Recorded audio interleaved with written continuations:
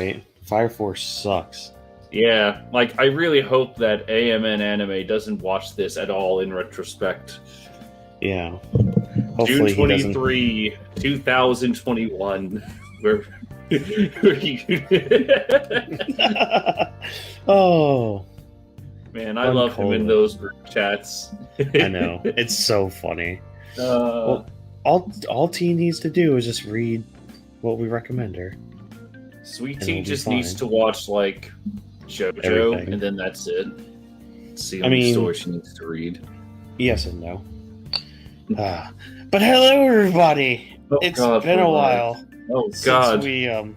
Since we've talked about Yu Yu Hakusho. I'm joined again by 3 years. I know, right? The last time we talked about it was about the little psychic people and how it was a ripoff of a Bleach arc.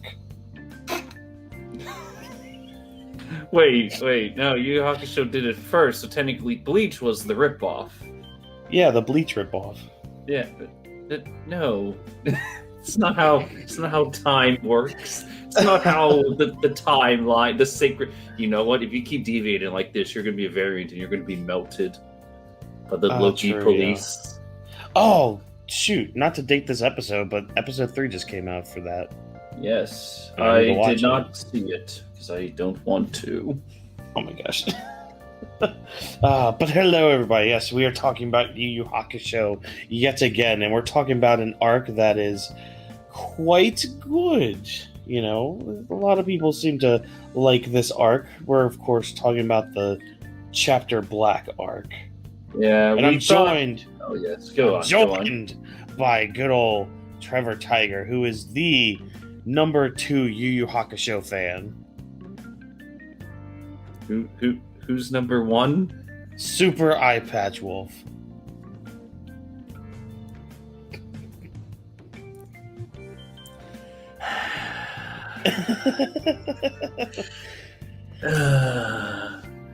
I knew that would get you.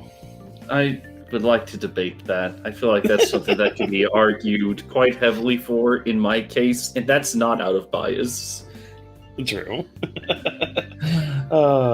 But we thought that we would do like one part at a time, but fuck that. Not only because it's been a while, but it's like Sensui is like.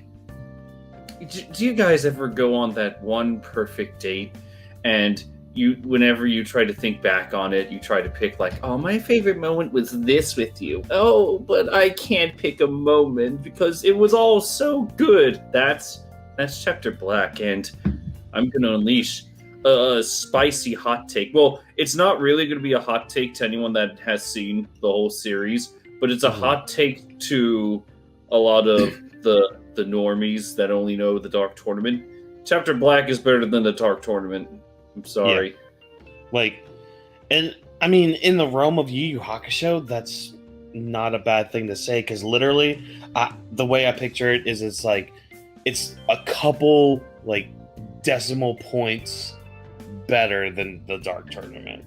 Yeah, it's like, the writing, it's more mature. The characters, every single character gets some sort of progression. Even, like, you could also call them like the nameless jobbers, the psychics, and since we stream, everyone gets like at the bare minimum some development. And in the anime, the music, it takes a new music is added. The animation is better. You see some twists and turns. The story, everything about Chapter Black, it's just more solid than the Dark Tournament, because as unique as the Dark Tournament is, Chapter Black is truly that unique factor. It's not just your random tournament arc that did it perfectly. No, this is Yu Yu Hakusho at its absolute best. Yes, I would fully agree with that. So we were, like Trevor said, we were thinking about doing this in parts, or mainly I was, because I didn't want to sit here for like 2 hours talking about an arc. But then as I was watching the arc, I kind of agreed with him. I was just like, okay, this kind of all needs to be in one video. Yeah, the nice thing is that it's like we're gonna have to deal with a bunch of evil psychics, and then they kind of just deal with all the psychics, and it's all just like, this isn't exactly like, oh, this will take like multiple months of hunting down the psychics, playing around in their game. No, this is all like in a few days. That's your time span, a few days. Exactly. I am glad that we at least did the other psychics separate from them, though. Yes, they were the intro. They were the appetizer. But speaking of intros and appetizers, let's get right into it, shall we? So let's talk about what's going on here. So we left our wonderful team after they beat the psychics, and oh my gosh, Genkai was behind it all along. Impossible. And insert joke of it was Genkai all along right here. So the gate to demon world is opening. Yes. Yes. So, and we actually get a cool like step by step of how the barrier opens, or like the stages of the barrier opening. So there were like 4 stages. At least this is what the anime said. Stage 1 is big enough for like those insects to come in. So like the ones that we saw during the Saint Beast arc, those things can like come through the gate and all that in stage 1. Stage 2, humans kind of start getting their power. So that's actually what led to these psychics coming to be. So the Shadow Dude, the guy who fought Kurama, the guy who could transform into people. So stage 2 starts activating that. Stage 3 is where like lower level demons can start coming through. These are ones that like don't have really good intelligence, but they can at least speak words. They're tank level. Yeah, exactly. And then stage 4 is when it's complete. And if it's complete and an S-rank demon comes out, it can basically obliterate the entire world. Yeah, the mere presence that an S-rank demon has, it annihilates all of planet Earth easily. Yeah. With some really cool visuals by the anime. Yeah, I kind of like this. I don't know if this is a reference, but you could easily connect the 4 stages of the Demon Gate opening to the final battle that's in the Catholic religion, where there are stages, the rapture, and then you get the big final battle, and then everything goes into peace or starts over or something like that.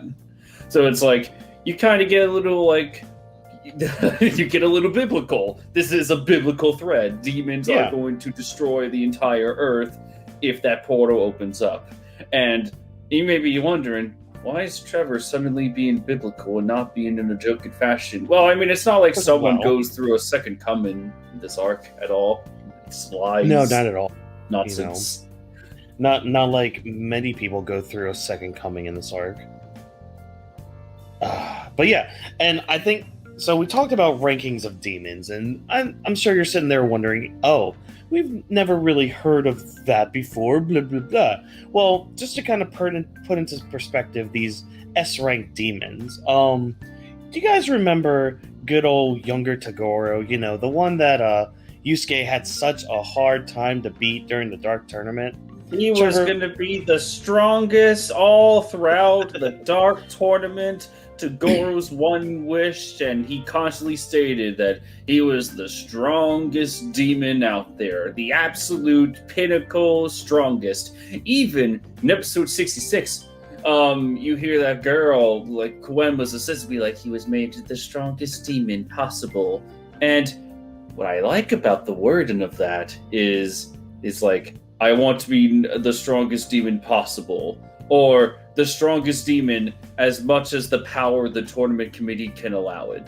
You know? Yeah. They can't produce S-rank demons. The best human world can do with their committee powers is, well, B-rank. B. So, Toguro's a B-rank demon.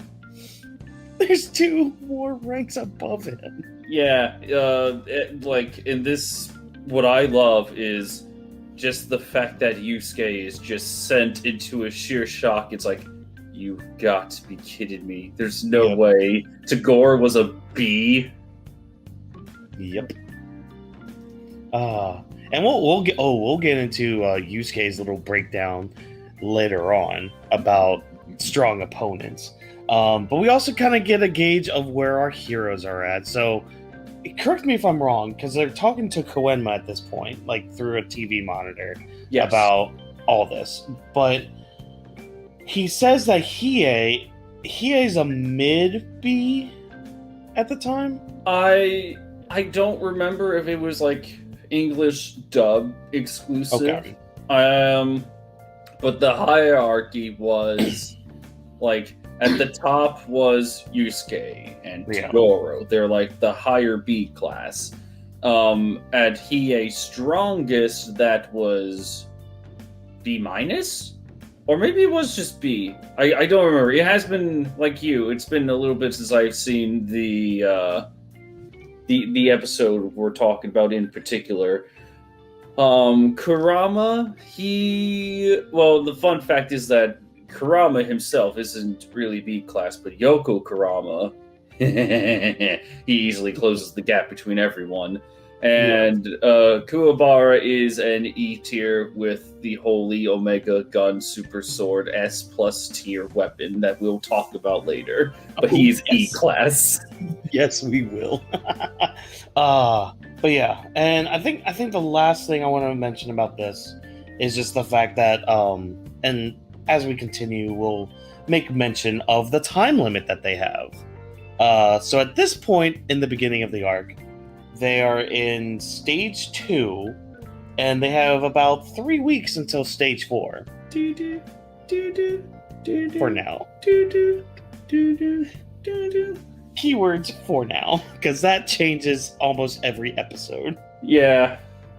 And I actually kind of like that, because it's just like kind of like how, another series, is giving a character all these powers because they're using more of the power that was given to them, and it makes sense that they're able to activate more of that power.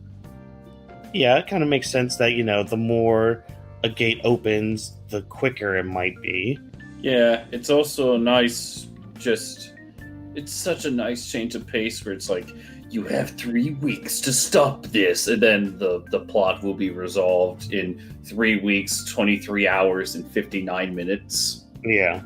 It's like, oh no, we're really cutting it to the wire. It's like, yeah, no, we don't have the luxury, because every day that passes and every episode that passes, the time limit just shrinks. So you guys you're in a rush.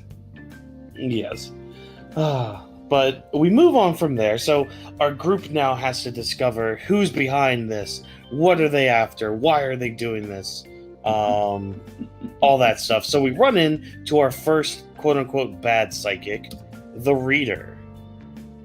And they find him in like an underground bar, and Yusuke he's straight up. So this guy, he wants to be like a boxer or something. So he uses his power to like read people's minds and be like, oh, okay, they're going to move like this, so I'll move like that.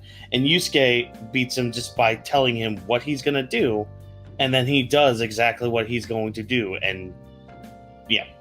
Yeah, we need to quickly mention one of the best lines.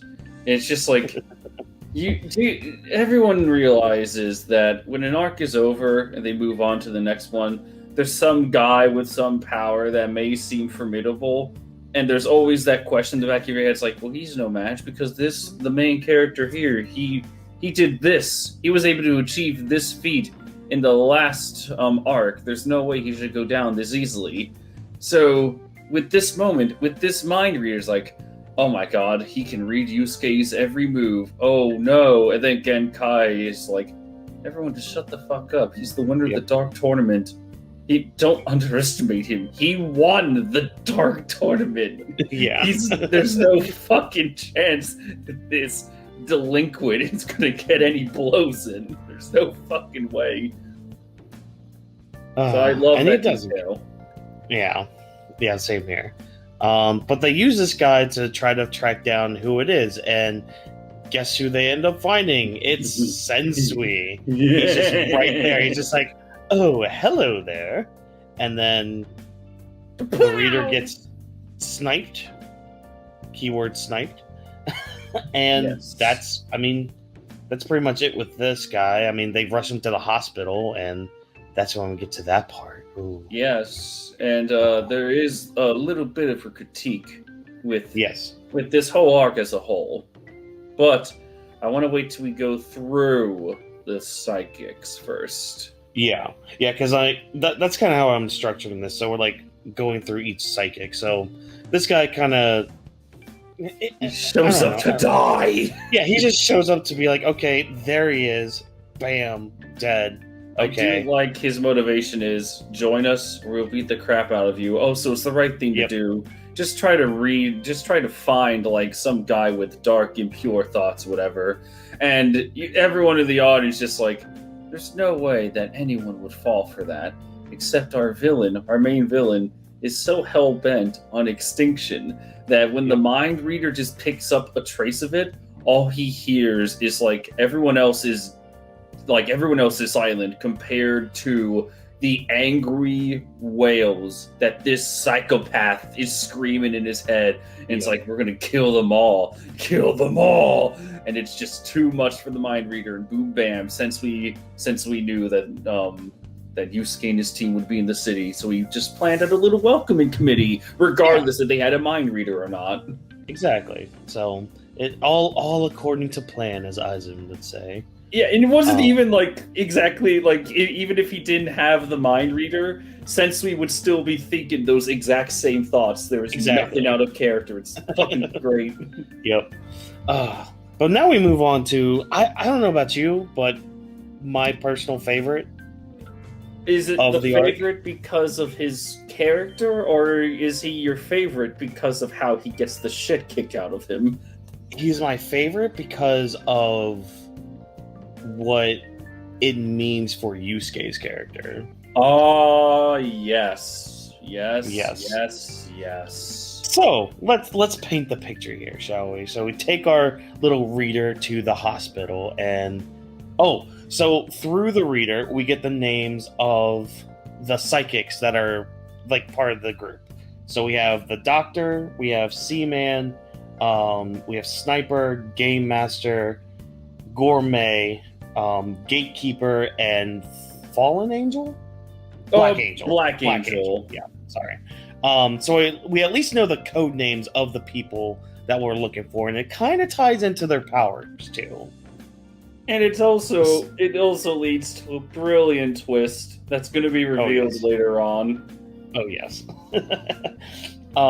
So our first one of this group we made up with is the Doctor.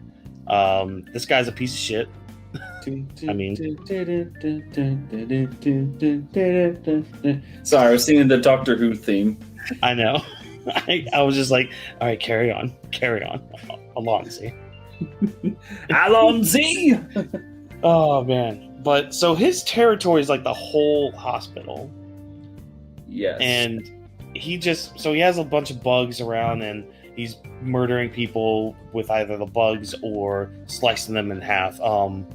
His power, I forgot, what was his power again? Exactly. It was basically, it was like a scalpel in a way. I'm actually looking it up because I know there's like a name for it, but God damn it, I just remember his. I know it was like oh my God, I was right. It was literally called Psychic Scalpel because I only remember like his other ability where he uses his scalpel to like improve, or not really improve, but alter his own body. Yeah, and well, we see what happens with that at the end of the arc. Yes. But yeah, he's basically a crazy psychopath, like legitimately crazy to the point. Go ahead. Oh, sorry. Yeah, you finish up. I just know of a great analogy. Yes, go. He is Law from One Piece. Imagine he's like Law mixed with Shao Tucker. In terms of, yes, you're right on the money, at least in terms of the power, because through his fingers he can alter himself, he can alter pretty much anyone with just the use of his fingers. Psychic energy, he can slice people up, and he loves to do it in like very malicious ways. Yes. And the reason I say Shao Tucker is because Shao Tucker is also a great person. An amazing person. You know, he loves his children and he loves his animals so much that he wishes they could be together forever. Yeah, together. An amazing person. One that like truly understands what we need to do for the next step of our human evolution. Yes. All of you weirdos are like, but a child and a dog were experimented on. Yeah, well, 3.7 million people lost their souls like 7 months later. Get over it. Yeah, you know. Everyone went through that. Everyone, as Rocket Raccoon said in Guardians of the Galaxy, everyone lost someone. Everyone loses shit. Get over it. Fucking weirdos. Yep. But so now we can get into the nitty-gritty part of this, because he ends up fighting our boy Yusuke. Fight is a strong word. So this doctor, he's again crazy, mentally crazy, to the point where he pushes Yusuke to the point where Yusuke has to decide whether or not he has to kill a human. Yes, this is the trolley problem, and for those that don't know what that word is, it's a situation where the hero faces a practically impossible choice. The best example of this was in the original Spider-Man Sam Raimi film, where Green Goblin is holding up 2 hostages. One is a bus full of children, the other is Mary Jane, Spider-Man's love life. And Green Goblin says, you have to choose. Which one will you save? The bus full of innocent kids or the love of your life? And then he drops them both. So the hero has to make an impossible choice. And what the Doctor is trying to do throughout this is that he's really trying to push Yusuke to make a mistake so that he can get the kill. But if Yusuke kills him anyway, he ends up being just like Sensui, meaning the team of evil psychics just got another new member, whether they knew it or not. But during this battle, the Doctor makes it perfectly clear that, like, oh, my territory? Well, all you gotta do is knock me out. I'm a frail human. You just probably need to punch me. Oh, wait. That's right. I have a magic scalpel, so I can change my body so that I can't be knocked out no matter what. I guess you'll just have to kill me. And Yusuke, well, he's killed demons because, hey, demons fuck up his home and they've fucked up his life for quite a little bit now. But he's never really killed humans, and this arc kind of paints the picture that, would Yusuke be the guy that would willingly kill another of his own species? Mm-hmm. And I think one thing I love, I think the manga does this as well when I researched it like a while ago, but what the anime does here, especially with the lighting, it's showing Yusuke being more shadowed, like he's being corrupted into that dark mindset of, all right, I'll kill you then. I will kill a human then. Yeah, it's like you gave me no other options. And what I love is that this is just another point to Yusuke, where it's like, all right, fine, I don't want to kill humans, but dude, you are pure evil. I don't think the world's gonna miss you. I'm not afraid to bash your skull in, because Yusuke's not a goody two-shoes. He will save the world, whatever it takes. Yeah, exactly. And it's that kind of thing where, well, you're kind of worse than a demon. Like, no, get the fuck out of here.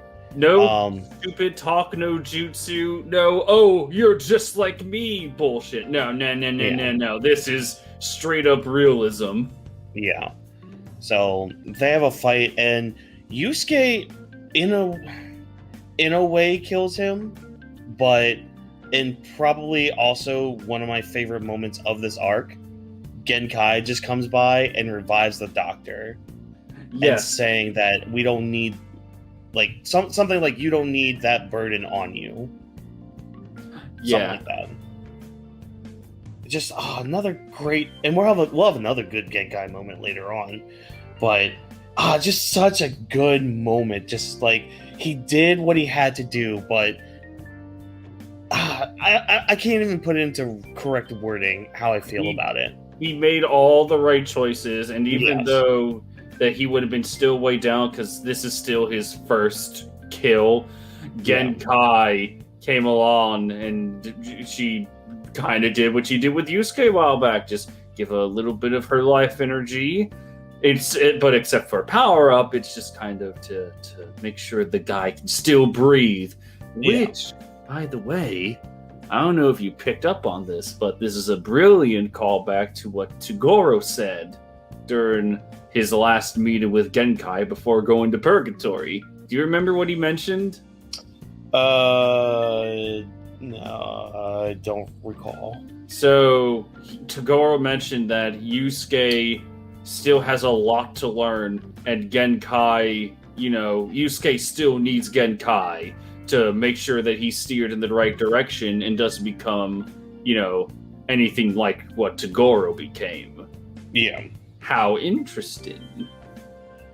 How very, very interesting. It's almost like this world of brilliant writing and storytelling is just coherent, and lessons aren't just spouted out for the sake of, just be like, oh, this is a nice lesson to pick up on. No, it all just carries through and it's all connected. It's all so pure and great.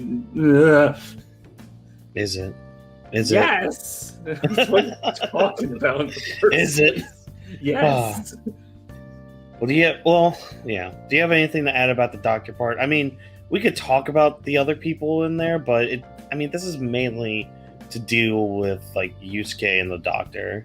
Yeah, one of the big complaints about this arc is that the side characters, they don't really do much. In fact, the most help they ever do is in this hospital fight where they try to use their powers to try and not really outsmart the doctor, just try to find him and try to find a way to help get the win. But unfortunately, after this, they're kind of left in the dust. Yeah.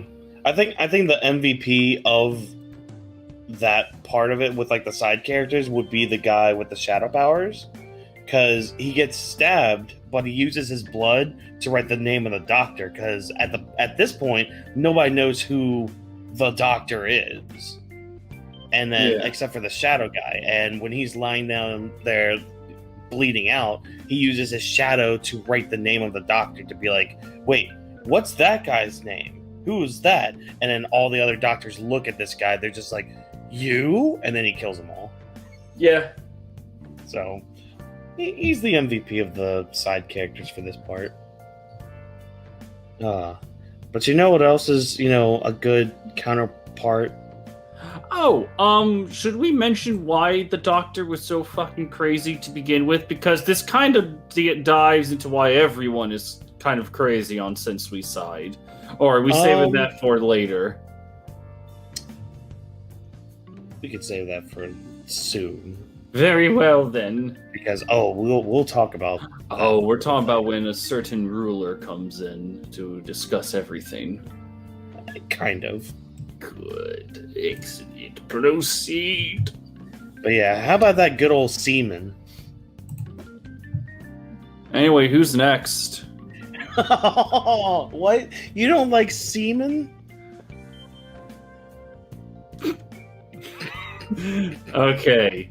So here's that part where subjectivity and objective critiques come into play. So subjectively, I hate this fucker. I really hate this fucker. It's just like he comes in, he's like, humanity must die! And then he gets beaten by Kuwabara. And I admit, Seaman's power is pretty cool, but after being defeated, he wakes up in Yusuke's room, and then he literally gets talk no jutsu'd out of being like, everything I know was a lie, even though you saw humanity at its worst. And Tagashi, God bless him, in his writing, this is where the objectiveness comes in, where it's like, Tagashi really does paint the picture, like he knows what he saw, he is trying to repent. It was like, he was such in a messed up emotional state that seeing the best of humanity through Kuwabara and through Yusuke's efforts are just like, oh yeah, he did change, and it's for the better, you know? There are people that can be saved. Unfortunately, I think Seaman is in this arc far too much. If he had left after they kidnapped Kuwabara, which we'll get to here in just a second, if he had left like a little bit after that, well, I guess they needed him for going to the base. Yes, he was essential. However, it was after that where he's kind of just there to be the Pokédex for the crew. It's like, this is Game Master, this is Gourmet, and then when the Spirit Defense Force comes in, he's like, no, stop. He's like Sakura. He just turns to Sakura. It's like, don't do that. Ow! Why'd you do that? Ow! Stop! Fucking die already. Yeah, he can control water. In a very similar situation to another arc from another Bleach-like arc. Who copied who? And I'm like, I'm sorry. Anytime I think of any of those two arcs, I think of the other one. Again, Seaman is like perfectly fine. Yeah. As a character, I hate the little shit. I don't think he contributes as much as the Pokédex and a GPS. Yeah. For a guy that saw the worst of humanity, he gets redeemed really fucking quickly. Yeah.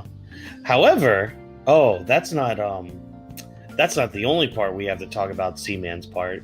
So before we even meet Seaman, during this little stuff, so they're kind of licking their wounds from the doctor stuff and all that, and we find out, that 3 weeks turned into a week now. Losers. Oops. And Kuwabara has tickets to go see a band. I'm gonna let you take care of this part. I'll be right back. So I trust you with this part. It is your boy after all. Yes, Kuwabara, yes. So Kuwabara goes to see Megalaga, which is a better band than Metallica. I'll tell you that much. So he goes see a band, and Seaman's there. He catches him and his friends, and Kuwabara, being the man that he is. So right now, Kuwabara he can't use his spirit sword. He's tried on multiple instances to use it, but he can't seem to grasp it. And then finally in this fight, well, quote-unquote fight, more like trying to escape from this demon thing with the psychic ability. So they're basically trapped in what is basically another dimension. And so Kuwabara, to save him and his friends, he finally activates this sword, his spirit sword. But it's a little different.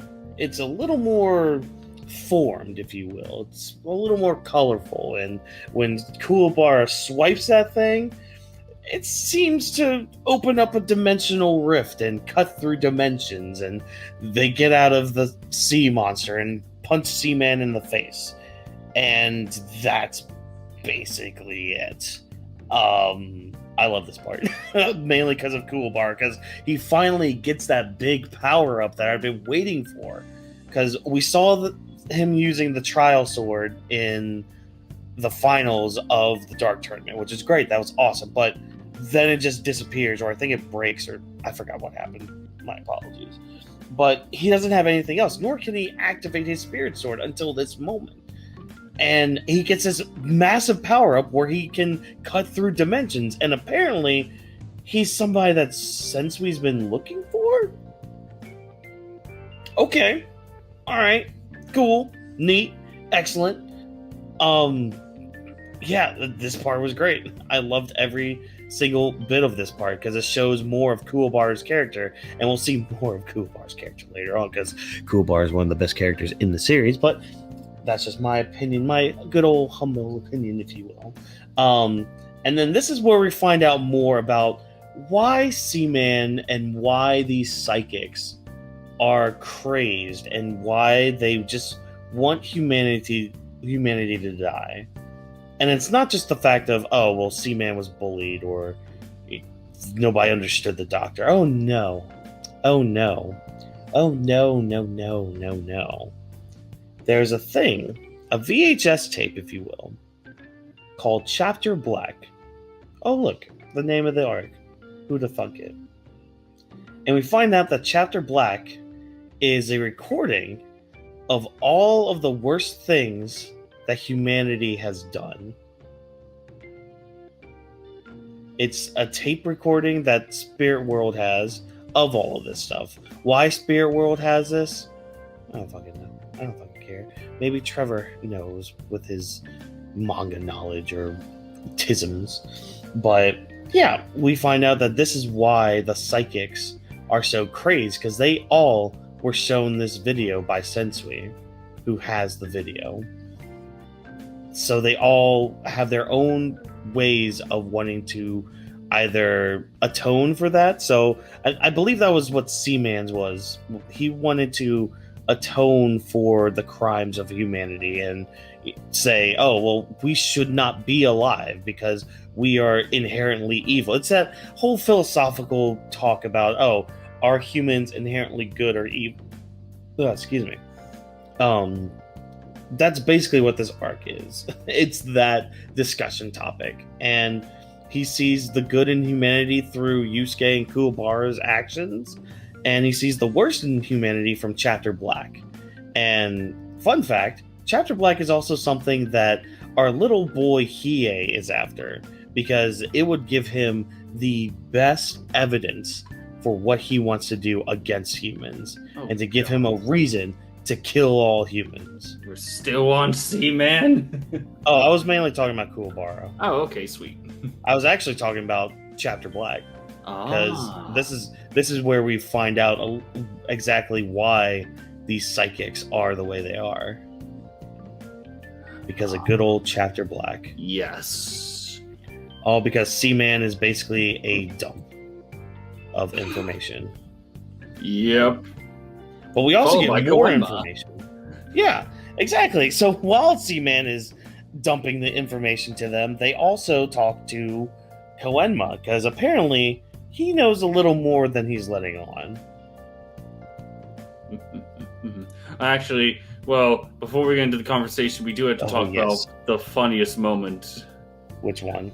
The Kurama and Yusuke, after talking with Seaman, Kurama's like, I went to Spirit World to try to find Koenma because he knows the exact identity of our foe. Oh, and yeah. He's just like, he what? And then Kurama is just like, he's just looking out to the horizon, just like, Yusuke, we need to be careful. Earth to toddler, bitch! Earth to toddler, bitch! And Kurama's just like, oh, that's Yusuke. Oh, that Yusuke of mine. Yeah. So yes. So toddler bitch finally tells everybody what's going on. His worst fears have been realized. Yes. So we find out a lot of shit. And I'll let you take care of this part. Since I had to talk about Seaman. Once upon a time, in a faraway world. Okay, Koenma. So, long time ago, it turns out that Yusuke was not the first spirit detective. Nope. No. Turns out that prestigious job had two predecessors for Yusuke. One is a character that we won't talk until next time on this show, but the second spirit detective was Shinobu Sensui. And ever since he was a child, Sensui had like a very acute awareness of his surroundings. He basically had Yusuke's energy potential or spirit energy potential mixed with Kuwabara's awareness for the supernatural stuff. And Sensui, his big fault was that he viewed the world as black and white. Humans are good because, hey, he's a human. There's no way humans can be evil. And demons, well, they keep eating people. They must be evil. They have to be exterminated.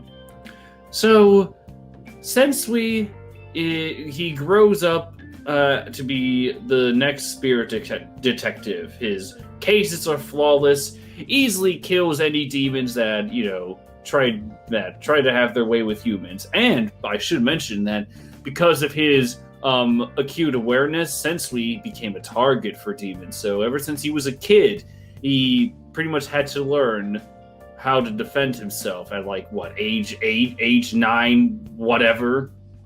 Yeah. So everything's going right.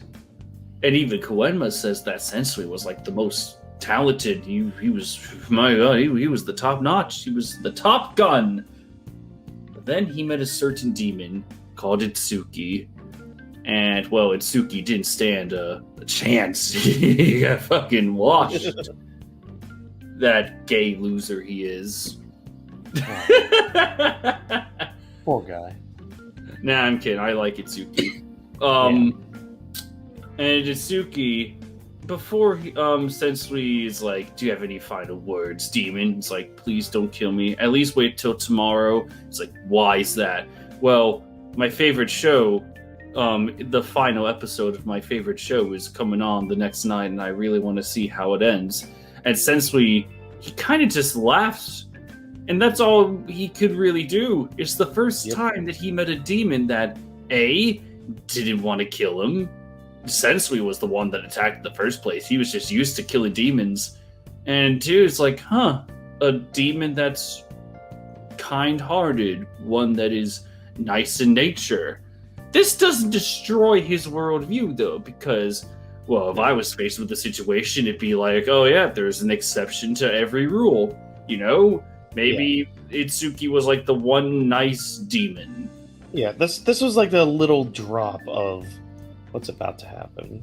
Yeah, before the tidal wave that's about to happen. So, Koenma assigned Sensui and Itsuki an assignment. Oh yeah, by the way, Itsuki is now Sensui's partner. Ha ha ha ha, in more ways than one. But, that's not till later. But, anyway, the two of them are sent to a mansion. And the details of the mansion aren't exactly known.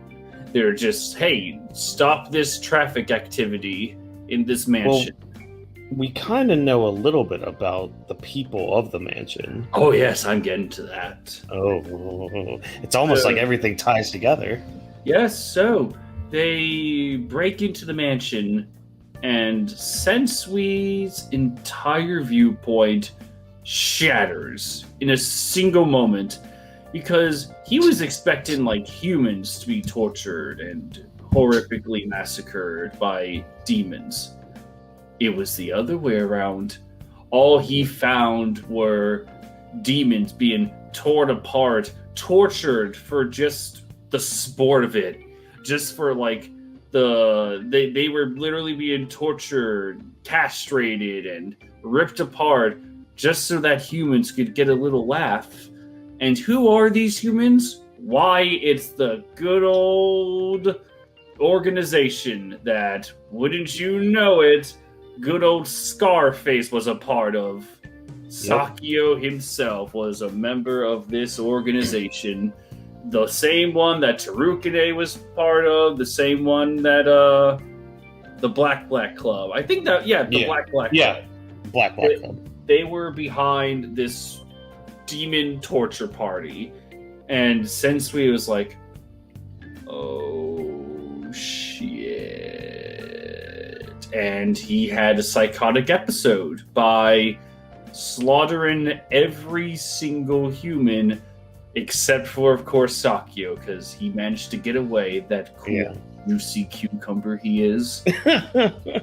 So he that is when Sensui decides to just be like, that's it, fuck it, I'm out, this was way too much.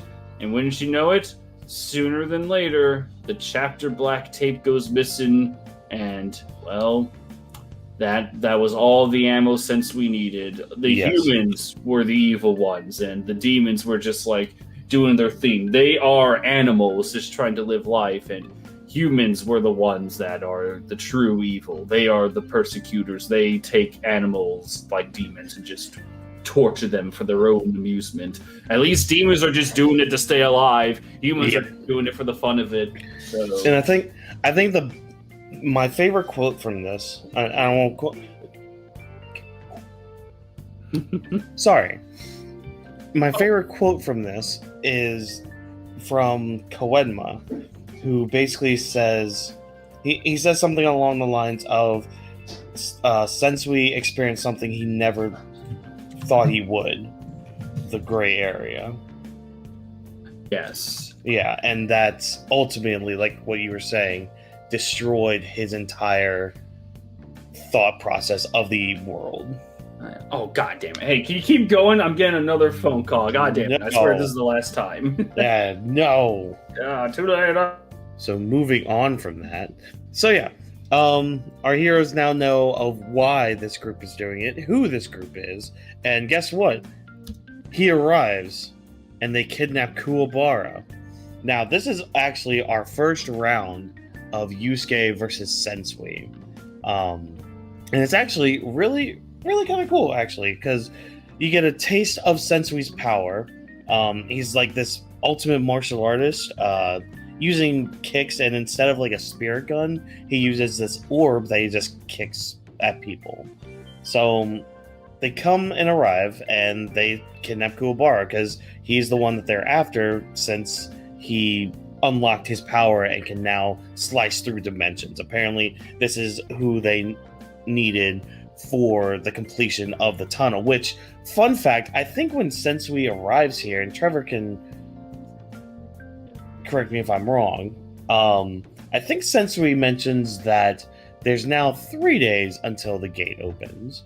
So that's kind of cool there. Now, you may be wondering to yourself, Whawkins, Trevor, looking at this picture, those tendrils that are around Kuwabara holding him in, those look very familiar.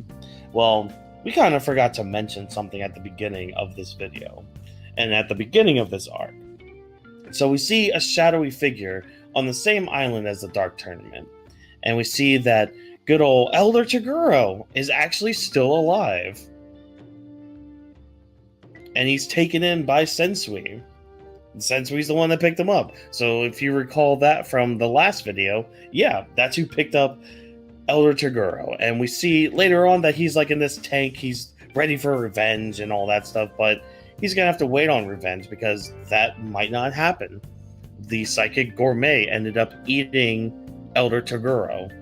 Now we don't see it, but we do see like the shadows of that happening. And so yeah, apparently gourmet can eat people and use their powers, as we're seeing here.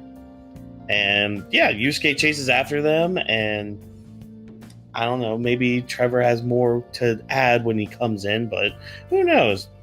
As you can see, a little person is driving the truck. That might be a certain master of games he learned to drive during his time playing Grand Theft Auto, but I don't think that was around during this time in the 90s. So several days later. All right, I'm back. Oh, he's back, everybody. Yay! Yeah, sorry about that. You're fine. I left off with talking about how Sensui and Yusuke have their first round fight, and yes, Gourmet ate Elder Toguro.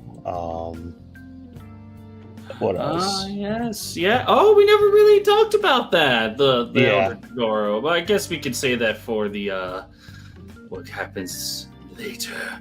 Yeah. So that's pretty much what I left with on that. So I love that first fight because it's just like, in order, Sensui is just like Yusuke at level 100 in terms of human fighting.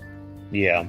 Because it's like he has a kickbox style along with spirit energy, and it's like the only way you can really master this specific style is if you know like the master, like you have to master pretty much every martial art in order to like get the foothold of this ultimate style, which really just symbolizes Genkai's own failure, where Genkai is like, I know the styles, but I just haven't done it. I focus on spiritual power. Sensui's more direct. Oh yeah, and we'll dive even deeper into their fight here later on. But round 1 is a good little teaser for what's to come.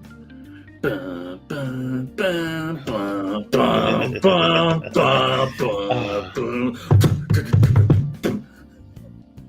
but you know what else is? Oh my God, yes! Ugh, I love it so much. But you know what else is going to come soon? EA? Good old Sniper! I knew it! Oh, Sniper. So this was a fight. Kind of. Well, so this isn't exactly fight. This is like the anime recreation of the movie Speed with Keanu Reeves. Yeah. Where Sniper has like this amazing ability where anything that he imbues with spirit energy, he can. I forget. He marks a person. Yeah. With a bullseye, and then that's basically his territory. Yeah, and anything that he imbues with spirit energy and lets go, it goes after the target, regardless of size, regardless of properties. So in the picture on the left, he does throw stones, and Sniper's like spiritual power is nothing to scoff at. Really, it's not, because remember when we mentioned that, hey, the mind reader got sniped. What did he get sniped by? Oh, that's right, a piece of an eraser, and it sent him to the fucking hospital. Yep. But Yusuke's not a mind reader. Well, he's not like your typical human, so Sniper's pulling out rocks, he's pulling out kitchen utensils, and he even throws a motherfucking truck at him. Yeah, it's insane. And you also get like a very good dynamic of like, oh my god, wait, if he could throw trucks, why not just throw like heavy objects in the first place? It's like, well, unfortunately, heavy objects they're not the fastest thing. You know, it's Sniper logic, and I respect that. Thank you. Yeah, same here. But yeah, this really wasn't too much of a fight, though. It was more of Yusuke dodging, figuring out what to do, and then Hiei shows up and stabs him in the chest. You say that like it was such a quick thing that happened, though. I mean... Yeah. I mean, there's really not too much more with the fight. I like how Sniper pulls out a gun and he's like, this is my most trademark weapon. Oh, shit. And then we have a wonderful character interaction between Hiei and Yusuke. Because Yusuke, so earlier I had mentioned another breakdown Yusuke has. And a lot of people kind of trace this to Tagashi's own struggles around this time with being a manga artist, having to constantly make stronger and stronger opponents, tougher and tougher people for Yusuke to fight. And when does it end? When can I thought I was at the top. Why do I have to keep struggling with this? And also, why am I not strong enough now? Why is it like every time I try to do something good, something else happens? And he's just like, Yusuke is just ready to call it quits. It's like, I can't take down Sensui. Kuwabara's been kidnapped. This isn't like Toguro, where I can just rely on some random power to get me out of this. But there's more to like this breakdown this time. He really doesn't know what to do. He's at the end of his rope, and it looks like Genkai's at the end of her rope too, because this is a situation, this is an opponent that Yusuke can't exactly outsmart. And that's when Hiei comes in. And Hiei's like, wow, you're really not that tough. And then Yusuke's like, well, can you help us? No. Please, no. Fuck you. And then the two of them end up fighting. This isn't exactly the circumstances or the exact quotes leading up to it, but there's a reason why Hiei just decides to take up fisticuffs with Yusuke. And I gotta say, for a rematch, it's what I wanted. Just the two of these people, two of the strongest Team Urameshi members, just going at it, just repeatedly attacking themselves in the face. And after that, Hiei's like, hey, did you get it off your system now? Looks like you just need a good kick in the ass. Yep. God, I love their dynamic so much. Yeah, Hiei has this like unspeakable respect towards Yusuke, and Yusuke realizes this, and he pokes fun of it, of course. And what I like the most of it is when Hiei talks to Yusuke, and it's like, you do know there's no random chance that, like, you know, your opponent's not going to help you this time. This isn't Toguro. Sensui is going to kill you, so kill him first. Yeah. At least that's Hiei's logic. Just kill him. Kill him. Then I think this is also where Yusuke tempts him with the chapter black. Yes, it is exactly here. Yeah, he's just like, you know, if you help us, I'll give you what you want. Yeah, you want chapter black? Fine, take it. No one else will care. And we'll get to that soon. It's almost like this arc is filled with good character writing. It's amazing. It couldn't be Yu Yu Hakusho. It couldn't. No, it's only Yu Yu Hakusho. Anything else to add about Sniper? Not really. Just after his... Well, he's not dead, because Hiei still can't kill humans. He's just out of commission. But after Sniper's defeat, that's when Hiei and Yusuke realize that the portal just got larger, and it's time to take the fight to Sensui. Yep. And so we all gather our forces, and Seaman brings us to our next round with the Game Master. Oh, you want to talk about good character moments. So, you want to talk about good mother flippin' character moments. Game Master kind of throws everyone for a loop, saying that he wants everyone to play video games with him, because Game Master is just a little kid, and his territory is like this little enclosed space, and the only way to win is to beat him in the game. However, you may be thinking, why does he want to kill the world? Why does this child want to destroy everything? Well, he doesn't really... I don't know if he was really exposed to the Chapter Black tape. I don't remember. No. He met Sensui in the arcade, which, fun fact, I don't know if the manga does this or not, but earlier in this arc, like during the Kuwabara concert part, Yusuke goes out to the arcade, and he's actually playing Goblin City, which is the game that they play with Game Master. So a little bit of a foreshadowing kind of thing there. Yeah.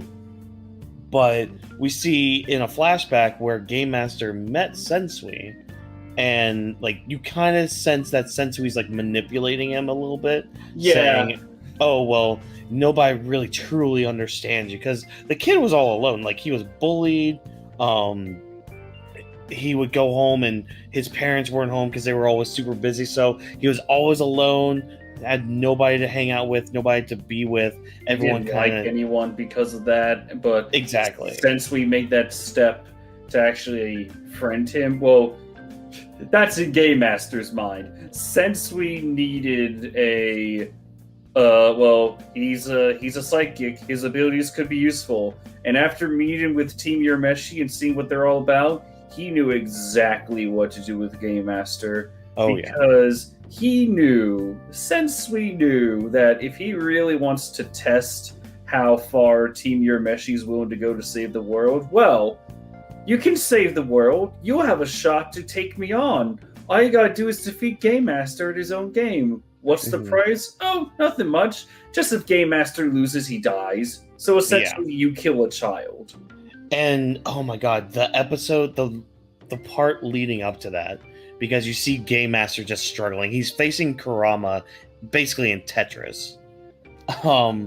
And he's just struggling, and he's realizing slowly but surely, wait, I'm losing. Oh, it's not even just that. It's the fact that during it, Kurama is the one that's talking to Game Master. Oh, and yeah, Kurama paints the pictures like, yep, you do realize you've been tricked, and, well, I really despise Sensui because he's making me do this. If you don't know how to control your power, because Sensui didn't teach you. He knows what he did. I'm sorry, but it's your life against the rest of the world. Yeah. And I promise I will avenge you. And again, like, the anime does such a good job with lighting here, because as they're nearing the end of it, and Game Master's like crying his eyes out, not wanting to die, the lighting here just shades over Kurama, and he's stoic from here on out. And it's this unease you get from him, where you just know Kurama is legitimately pissed off. Yeah, and guys, I can't emphasize this enough. You see a child just going, like, this child is so relatable. Yep. To a snot-nosed kid like me. When I watched this, like, as a teenager, when I was reading the manga and I watched this show, I was like, whoa, this kid's a lot like me when I was a kid, because I didn't really like people that much. I didn't know how to make friends. I kind of was just the loner of the family, and in some respects I still am. But hopefully that gets better as time goes on. It's the great qualities of life, guys. Yay! And you see this child that only reminds you, or if you guys are anything like me, or anything like this kid, where you kind of did just spend a good part of your childhood alone. You felt like you weren't really liked by many people. You like to be the loner. You see this kid, and you see him realize he's going to die. He doesn't know what to do. He is trapped. There's no way out. And our hero is the one that is killing him. And you see him crying his heart out, saying, I don't want to die. God, and he drops down to the floor. This isn't some... I need to emphasize this. Need to fucking emphasize that when you're writing a story, and every shonen story has a point where they're just like, you know what? I think mass killing, that's what sells the picture. One Piece with the mass killings, yeah, that'll be heavy-hitting. Dragon Ball with the mass killings, yeah, that's gonna be so heavy-hitting. Pain doing the mass killings and Naruto, well, that gets completely rectified, so fuck that shit. But sometimes you don't need mass death. Sometimes all you need to achieve an even better, more heart-wrenching death is seeing a singular child going, I don't want to die, and he drops dead to the floor.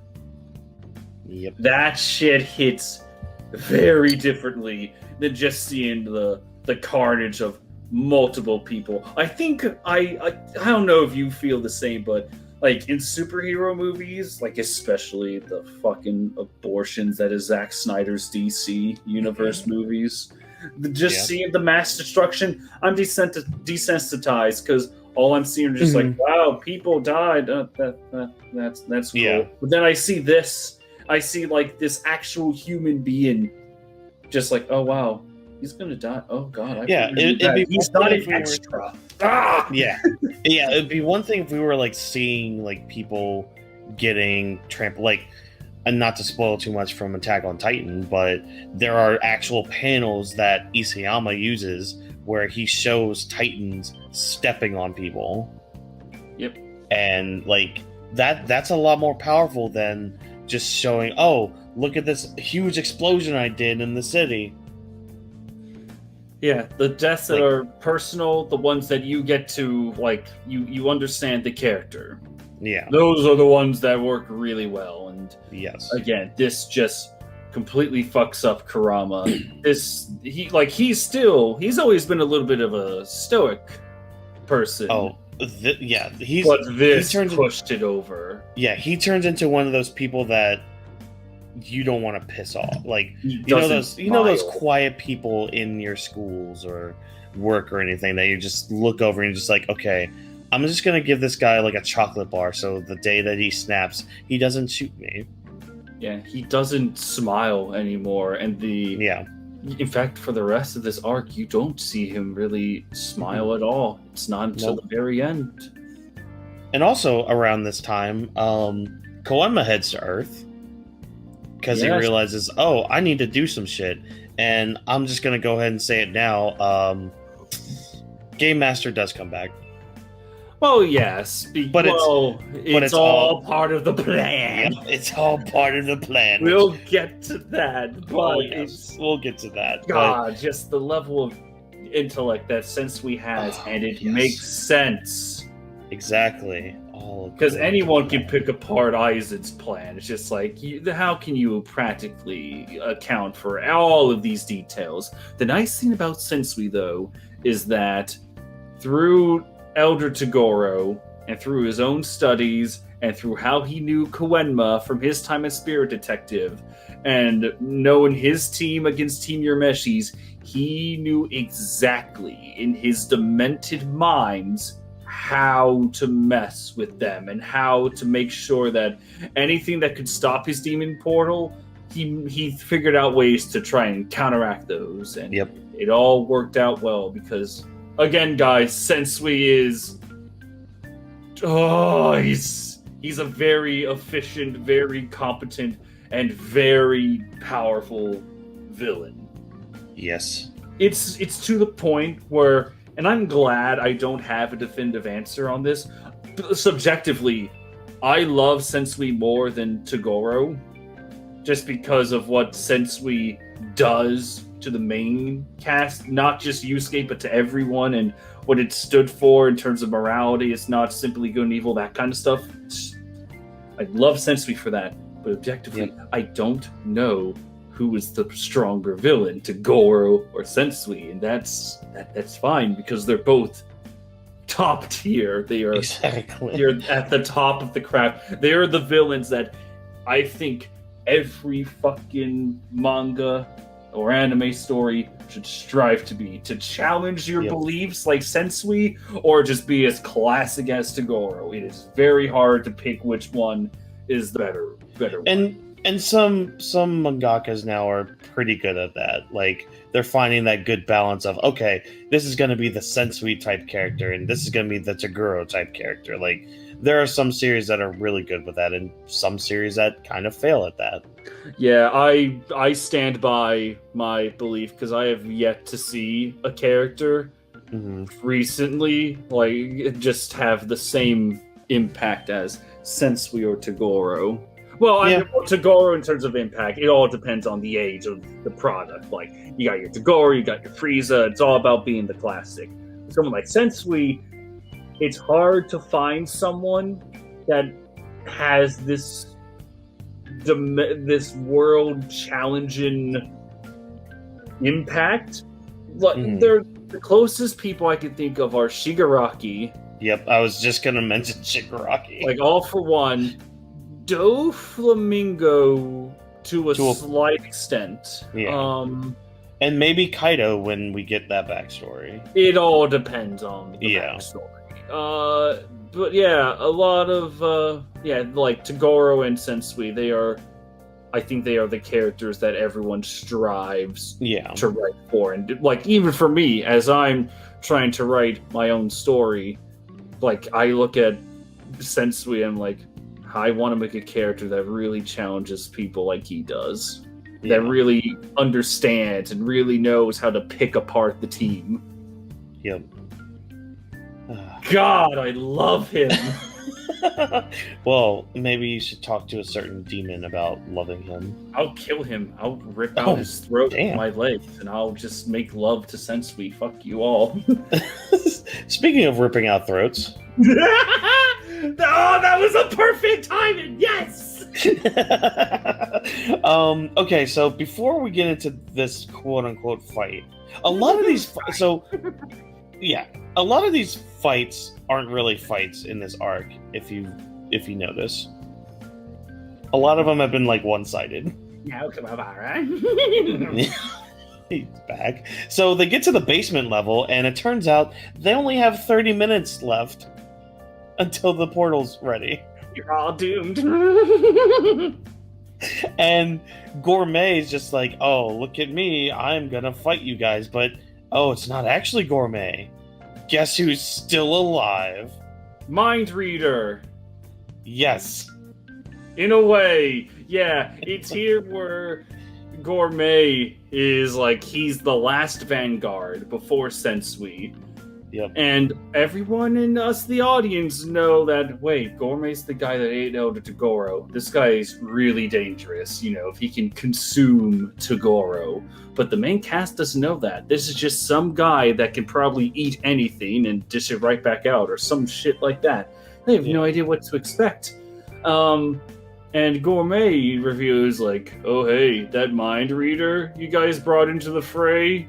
Yeah, that kind of innocent guy, I ate him. I killed him. I have his power now.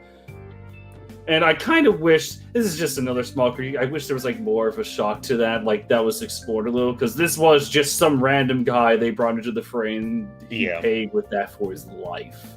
But nothing's perfect, and that's perfectly fine. The good far outshines the bad.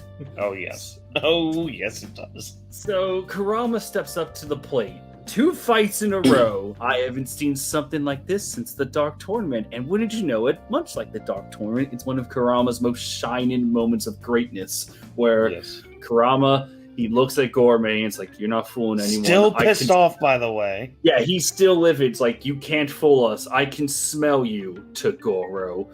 And then, I'm sorry. I skipped over a brilliant moment where Kurama stands up to Gourmet. Gourmet, he's like, wait, he's not thinking anything. Oh shit, there's a vine whip around my jaw. Well, that's unfortunate. Yep. And that's when Toguro comes out. And it's like, yes, I took over. Here's my power. I have mind reader. I'm going to eat you, Kurama. Kurama's like, no, I'm ending this right here, right now. And he lets loose this steam that is the perfect place to sprout a tree. Well, not a tree, a plant. A plant that I am going to call the Tsukuyomi Done Right plant. Yes. Where the plant will attach itself to its victim, and the victim will be caught in a time loop. A time loop that only ends when Oh, wait, was there? I don't know. Maybe I am just thinking of the Tsukuyomi. It's like he's going to relive a battle against Kurama over and over until the victim dies. But because of Elder Togoro's immortality, because of what the tournament committee did to him, that torture will never end. He's going to be screaming for the rest of his infernal life. And it's such a poetic form of justice. It is, especially because it's Elder Toguro that suffers. I will come back. Just wait until Yu Yu Hakusho Resurrection Tea. Okay, Hedon. What? No. There's no fucking church in here, Kuwabara. Oh my god. But yes. So they confront everybody in the basement, and honestly, before they fight, Yusuke and Sensui have this really good back and forth, and I actually wrote it down too because I love this line. Sensui asks Yusuke, what if every human was bad? Because he's talking about like chapter black and all that, and he's even like saying, oh, I even timed this video to end, and when it ends, the portal will be open. I love that shit so much. He's just like, it's poetic, isn't it? Yeah, he knows what he's about. Yeah. But he asks Yusuke, he's just like, what if every human was bad? And Yusuke just responds, I don't deal with what ifs. Fucking that line right there Yep. It perfectly separates Yusuke's ideology and Sensui's ideology. Sensui is all about seeing the darkest stuff now. He still has the black and white belief. It's just been flipped around in terms of who was evil and who was good.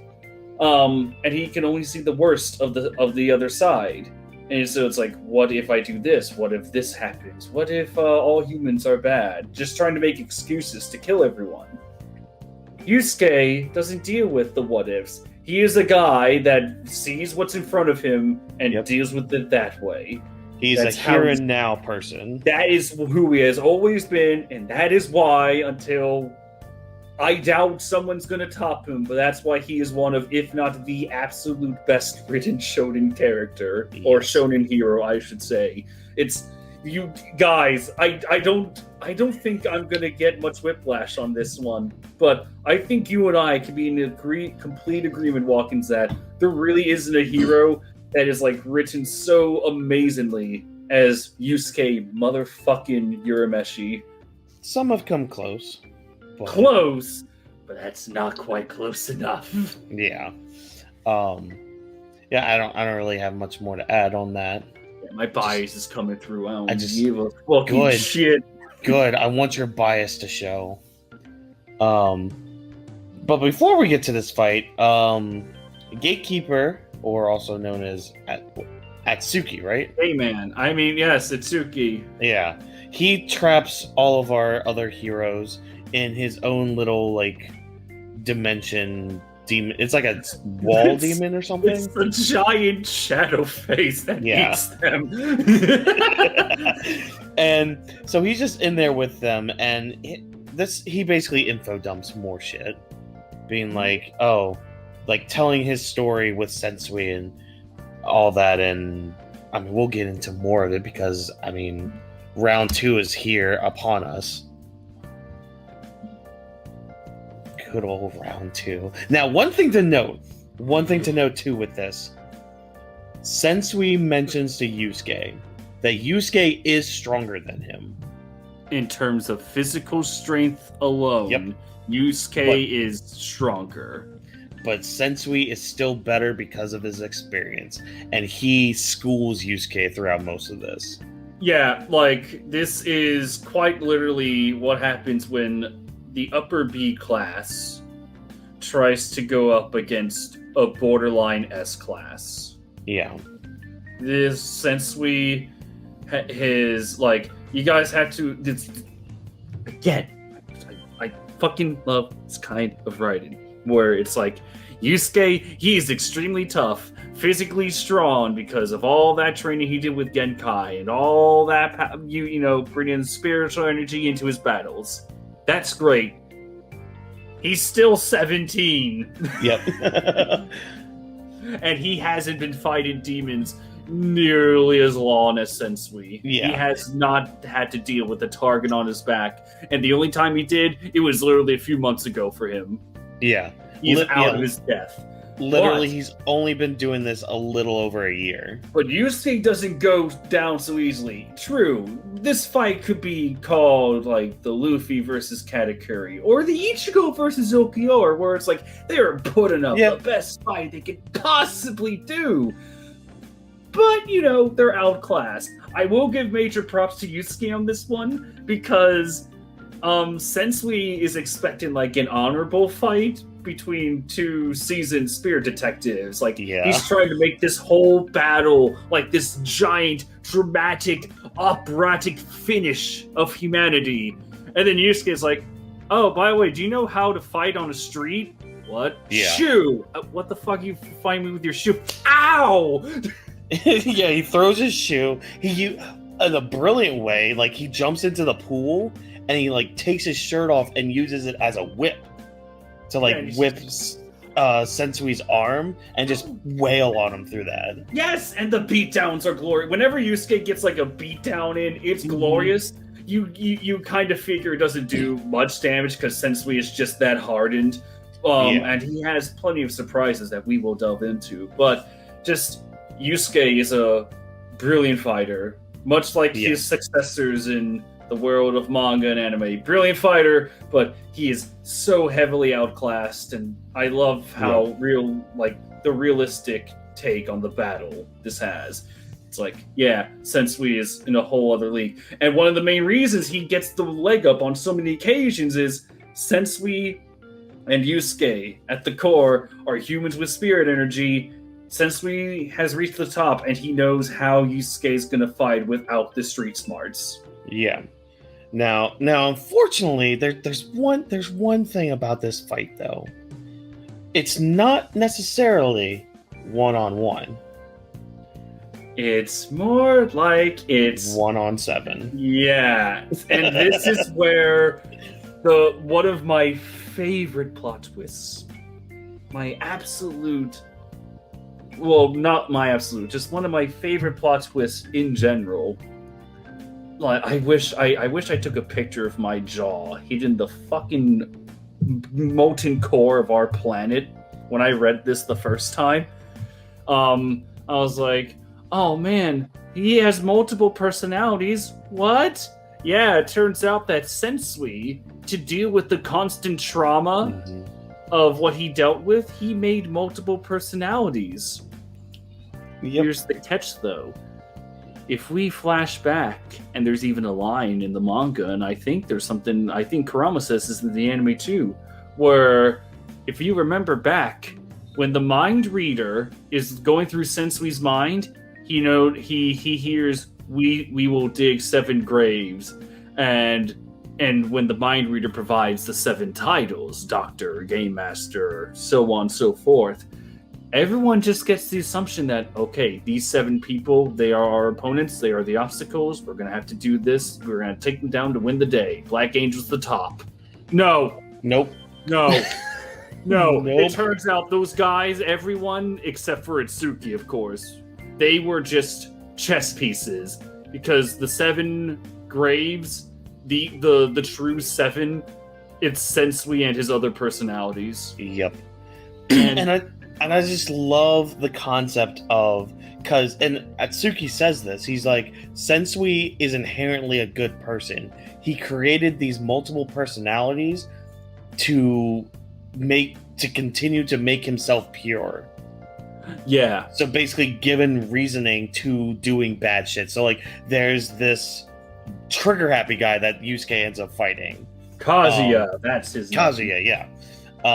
And then there's another one. Well, Atsuki talks about the one that is very poetic and loving, and he fell in love with that personality of Sensui.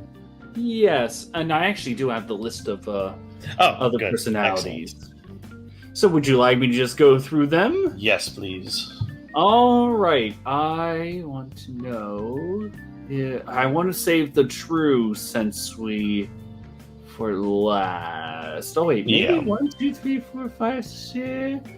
Okay, sweet. So guys, we don't really see the other personality. Like we get a highlight on. Well, near the end, the 2 other personalities in action. There is the Shinobu. Well, okay, goddammit. I'm just going to read this, otherwise I'm going to confuse all of you.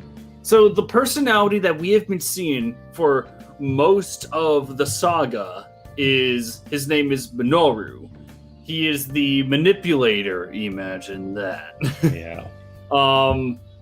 And he is described by Itsuki as the prideful man, he talks too much, and he is the spiritually second strongest after Shinobu. And Shinobu, guys, he is the core. He is the pure, the original, or as you said, Whawkins, he is that pure guy that keeps creating personalities to make sure that Shinobu stays pure. Yeah. Why does Shinobu need to stay pure? We'll fucking get to that, guys. Hold on to your boots. So... yeah, there's Minoru. He's the guy we've been dealing with. He's the guy that Yusuke has known the longest. Then, if Yusuke starts getting a leg up in terms of fighting ability against Minoru, or if Minoru is ever backed up into a corner, anytime a dirty deed needs to be done, that's when Kazuya comes into play. By the way, insert joke about how Sensui Kazuya didn't make it in Smash Brothers, but some Kazuya from some Tekken franchise did. Fucking bastards. Right. What's wrong? You can't put a guy with a machine gun arm in the game? Come on, you put Samus in there, and she's a girl. He only wants to wipe out all life. Yeah. Sephiroth did the same thing. And you bastards put him in there. Tisms. But yeah, Kazuya is the guy that, he takes care of the dirty work. He's the guy that you would go to if you need to kill a puppy. That's how messed up he is. Yep. And yeah, he literally has, when Sensui turns into Kazuya, he just grows a cannon blaster out of his arm. Yeah, it's just like, oh, let me take my arm off, and oh, look, I have a gun. This is one of those rare times where the suspension of disbelief really does come into question. Yeah. Of demons. Just like, okay, we're doing this. I don't think that's how split personalities work, but okay. Yeah, fine. The one that Itsuki loves the most is Naru. This is the childish, the sensitive female figure in charge of Sensui's non-violent emotions. And as Itsuki explains during one of the episodes, Naru is the one that shows the most regret over what's been happening in life, because Naru is the one that cries at night. She's like, what are we doing? What have I done? And she usually goes to Itsuki. So, in a way, I guess Itsuki's kind of like bi, a fit male body, female soul. Question, because, soon we're going to talk about a moment that happens as well. Never mind, I'll just mention it when we get to that part. Okay. Yeah. Next up is... Alright, so I did not know about this one. I think these are the ones that we had no idea. They don't really get named in the story. Yeah. One of them is just called George. George was he is a jungle man? Well, apparently he is a weapons man. He is a master of all types of weapons that Sensui may need, and he may have Kazuya's gun, though Itsuki states that only Kazuya can form the gun. Oh, I guess it was mentioned then. It is implied through the anime that George is also foul-mouthed like Kazuya, but leans to be more cynical than deranged. Okay. Then there's Mikoto. He takes care of the burden and errors, like shopping, cooking, cleaning, driving. Huh. So, the servant. Yeah. He's the servant personality. It is implied through the anime that Mikoto is the one with his eyes shut and never speaking both when Itsuki explains Sensui's personalities. And in the background with George, oh, okay. Oh, this is the guy that says that, oh, Sensui, you love the world, though. Oh, gotcha. The last one is Hitoshi. And this is the one where... This is the personality that shows the utmost love for the animals and the plants. Everyone except humans, but this is the personality that loves everything else. Yeah. So yeah, those personalities we don't really get to see. They're not exactly battle-focused. You know what? I would love to see Yusuke trying to battle Makoto. Is the one that's driving. Yep. It's just like, I'm trying to drive to work. Battling him in the grocery store. Oh god. So this 1-on-7 encounter. Well, 1-on-4, but yes. Yeah. But this 1-on-7. Yeah. So this 1-on-7 encounter is going on, but it all of a sudden turns into a 2-on-7 encounter. Because Koenma shows up. With another giant plot twist.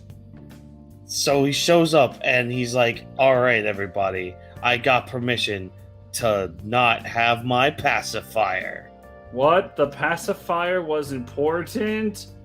Yes. Holy shit. It's almost like everything makes sense in this series. And it was built up to get to a moment where it would make sense and actually count for something. And get countered. Yes. So, yeah, Koenma has a pacifier. Yeah. That has been present since chapter fucking 1. Yeah. And you may be asking yourself, well, what's so important about this pacifier? Well, Koenma has been storing spiritual energy into this pacifier. Enough spiritual energy to basically make another. I almost want to say gate. I forgot what the wording of it is. What is it called? Oh, like a Kakai barrier? Yeah, so basically another barrier to where he can put Sensui in and keep him away. Oh, he also mentions that what he had stored was supposed to be like he wasn't supposed to use this against Sensui. It was supposed to be saved for an apocalypse, 900 years later. Yeah. But Sensui's that dangerous. Yep. And unfortunately, this doesn't work because, like we said earlier, Sensui, it's all according to his plan. It's almost like he, had a child with him to die and was just like, oh, Koenma's not going to let a child actually die. Yeah, this is where we get that reveal of when Koenma uses this sealing technique on Sensui, it's not strong enough because Koenma actually spent some of that energy from the pacifier to revive Game Master. Yeah. Because, Koenma is like goddammit, Shinobu knows that Koenma would not walk past a child that wasn't supposed to die yet and, waste some energy. If that pacifier was allowed to operate at full strength, Shinobu would have been done.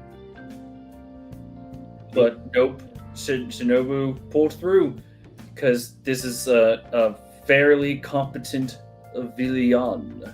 Yes. Oh crap! What was the other thing? We're approaching the big moment. I know we are. So you may also be thinking to yourself, huh? Well, with all this spiritual energy, I almost said spiritual pressure for a second. With all this spiritual energy going against Sensui, how is it that he's still able to break out? Well, ladies and gentlemen, boys and girls, children of all ages, we find out that there's a third energy in this world. So we know of demon energy. We know of spiritual energy. This third form is known as sacred energy. Yes. It is this holy yellow, well, not even yellow, just like this golden energy that surrounds a user. And Koenma immediately recognizes it and it's like, what the fuck? You're not supposed to know that. Because in order for someone to achieve sacred energy, one would practically have to reach enlightenment. And it takes like a bare minimum of 50 years. Sensui's not 50 though. He's like, what, in his 30s? How the fuck did he learn to not only learn sacred energy, but how the fuck does one master that to such a degree? Well, 7 personalities splits the training down by 7. Yep. So math will tell us, it took him around 7 years to master sacred energy. Oh. There it is. So he's basically Ultra Instinct Shinobu Sensui. It's not even Ultra Instinct. It's like... It's basically God powered.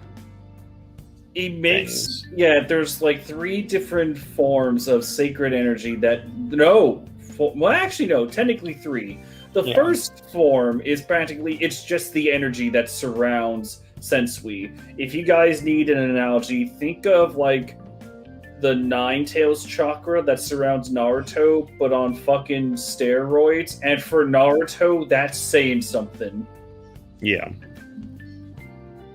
Like this is not your. This isn't just like Nine-Tails chakra. This is God chakra. Yeah. And so the God chakra that Naruto got. What's up? So the God chakra that Naruto got. No. Never.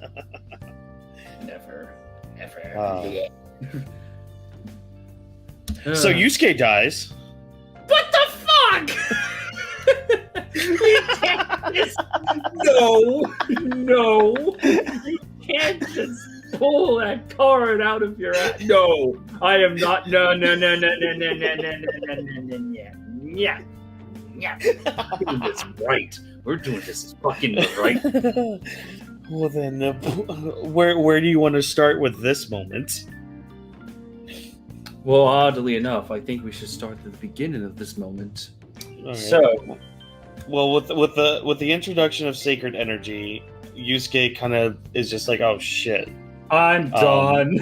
I can't do this, and so he, in a very weird way, we kind of find out, but it's so basically he pulls a Kuwabara here from the Dark Tournament.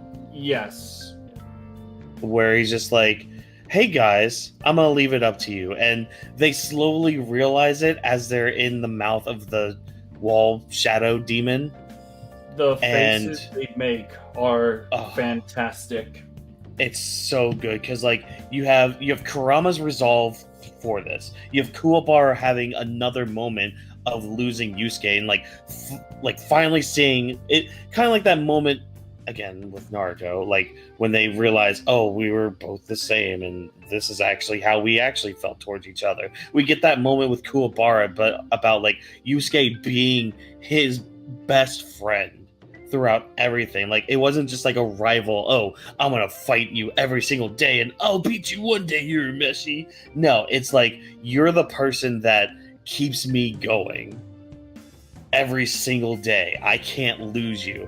Hiei even has growth. Like he gets pissed off during all this. Oh, we'll get to that moment. But we'll get. Yusuke looks over and it's like, guys, I'm leaving it up to you because, like the power up you guys are gonna get, hopefully it's enough. And so, Yusuke, Sensui is like, what's he planning? Well, it doesn't matter. I'll just take him out and my plan will finally come true. The killing blow is done. And I need to take a moment to I just need to point out something that I love the anime for. The music that plays when Yusuke gets struck down as he slowly falls to the ground, it's his theme. It's the theme that you hear whenever he goes into like this spiritual trance. And he falls down to the ground, and everyone feels it. Yeah. Well, Pooh feels it, Keiko doesn't, but the person that is absolutely crushed is Genkai. Oh my god, her line of, why did I even come back? To feel more pain? Yep. God damn. But to backtrack just a little bit, so while they're still in the shadow demon, Kuwabara. So speaking of power-ups, Kuwabara's little power-up. You might be thinking, why hasn't Kuwabara just used his sword right now to bust through this demon? Well, he can't really access it right away. And through all this pain and suffering that he's seeing of Yusuke about to sacrifice himself, he's finally able to summon that sword, cuts the demon up, and again, another nod to the anime where it's silent as they're falling before they play that track that you were talking about. Mm-hmm. And like you just see them land, and they are so close to actually being able to save Yusuke. And unfortunately, they're just that little bit too late. Yeah, they land in the water right when Yusuke struck. Yeah. And as Yusuke just lies dead, Sensui even notes that's like, I feel like I was even though we had our differences, I actually feel sad about killing him. Now that's what I was going to mention earlier. Do you think that was Naru coming out? I want to say it's like a mix of everyone except for Kazuya, of course. Well, but, yeah. Like I think that was pretty much just like, wow, this is like Itsuki. He is that one human that, stood by his beliefs, and he entrusted this matter to you. That takes balls. Yeah. And so we have the sad track play, and the first one to attack isn't Kuwabara. It's not Kurama. Nope. Hiei immediately charges into the fray, uses the Dragon, the Darkness Flame, and it's like, I'm pushing you to Demon World. I'm taking all the demons, and I got a one-way ticket to hell for you, you bastard. He calls Sensui a bastard for Yusuke. Yep. Kurama immediately turns into Yoko Kurama. Yeah, and again, this is why I love that comment. I think I brought it up in the Toguro video, but for Saint Beast arc, teammates, Dark Tournament, friends, Black Chapter, brothers. That's the development that this team has had. And it's like, you just killed Yusuke. Yep. Holy fuck, you should not have done that. And then they all go to fight Sensui. Unfortunately, the sacred energy is too much for the dragon. Kurama's not going to get damaged. And Kuwabara is practically the only one that can actually do damage to Sensui since it's like a dimension-cutting sword. But it's like, again, as I mentioned before, Kuwabara is like an E-tier human. Yeah. And with like the S+++ weapon, but if you can't hit it, what's the point? Exactly. So Sensui keeps taking his time to dodge, and he can tank the demons. He's just making sure he takes down Kuwabara, and he even has his good lines, just like, usually I wouldn't even bother, but for the honor of your friend and to honor your guy's last stand, bring it on. Just come on, let's go. Yeah. Now, one thing to mention too, so they go after Sensui into the demon world, but again, all according to plan, he wanted them to, because since Kuwabara has this S+++ tiered weapon, a weapon that can cut through dimensions, is one little thing that they need to do in that little demon world portal, and that's to break that little barrier that the S-class demons need in order to get through. And who can break that? It's a very angry and revenge-filled Kuwabara.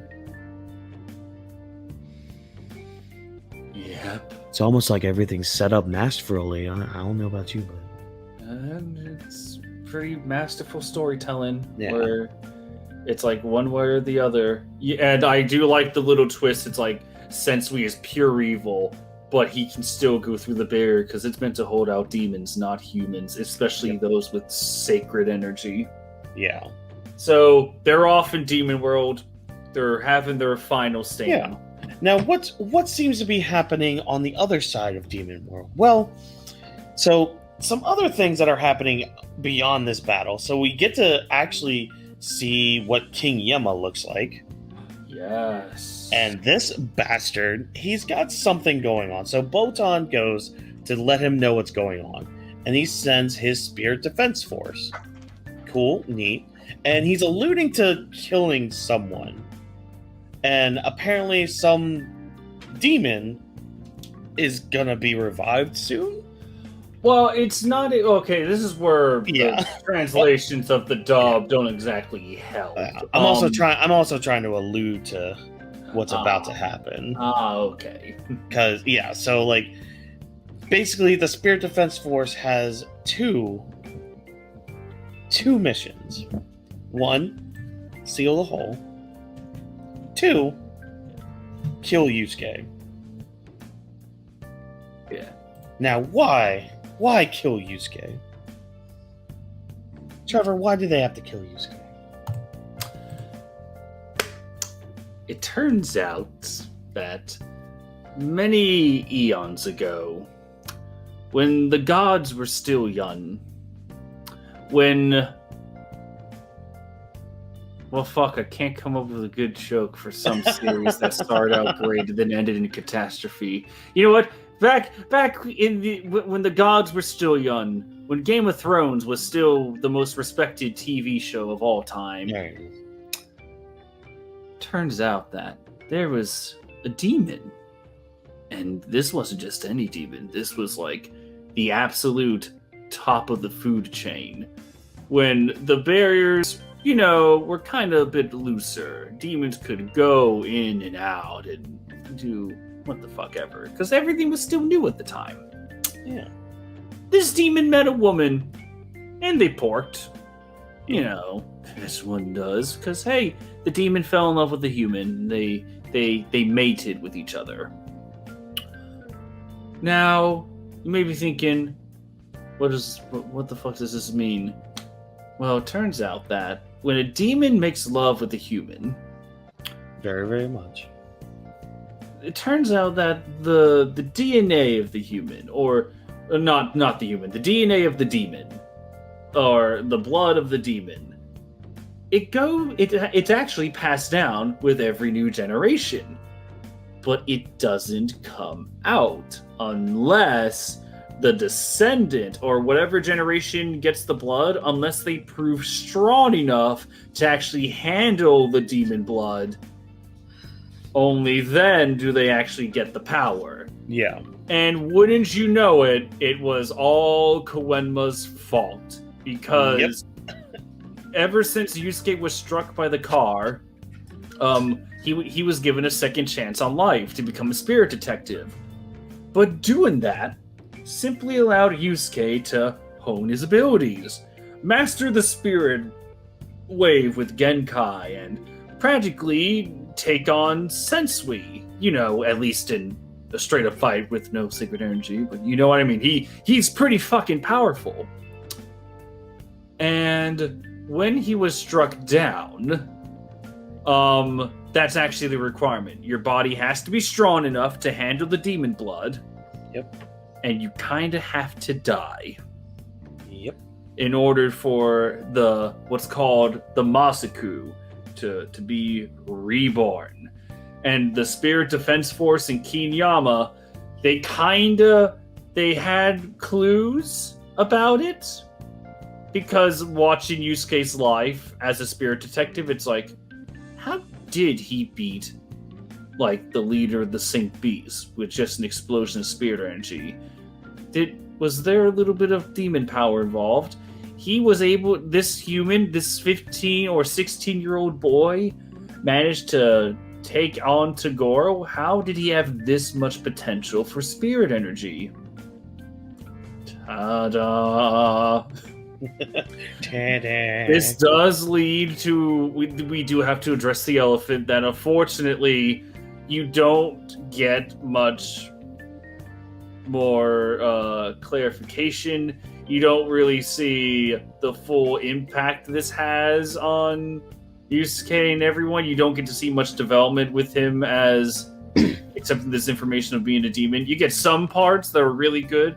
Unfortunately, though, the big payoff of him being a demon that would be taken to the final arc, well, unfortunately, the final arc is the one big blemish on Yu Yu Hakusho. Yeah. So, unfortunately, that we do have to address that elephant. Unfortunately, the demon power-up, one can look at it and be like, yeah, this is one of those power-ups that feels like it comes out of nowhere, but the groundwork was there, it just needed to be expanded upon, but it is still kind of just like, oh, it was there the whole time. Okay, well, yeah. It's one of those things where it's just like, it comes from nowhere, but apparently it was always there. Like, it would have made so much more sense if the story was allowed to expand on that fully, but it didn't, and that is the fault. That is the greatest fault of Tagashi for this entire story. But hey, Pooh gets an evolution. Yes, Pooh becomes like a phoenix. Becomes a fucking phoenix. Yeah. The same phoenix that Yusuke unleashes from his body against the battle against Toguro. Yep, I was just gonna mention that this has been alluded to. It all comes back to Toguro. Also, I love the comedy here with Yusuke when he's just like, maybe I will become evil. Like teasing the Spirit Defense Force. Yeah, when he's like, I come back. I'm some kind of evil monster. Well, my teachers call me that. What else is new? Anyway, I'm gonna go fight Sensui now. All of you losers stay back. Yep. And Koenma's just having a good old time with this because he's just like, all right, I'm gonna follow you, Yusuke.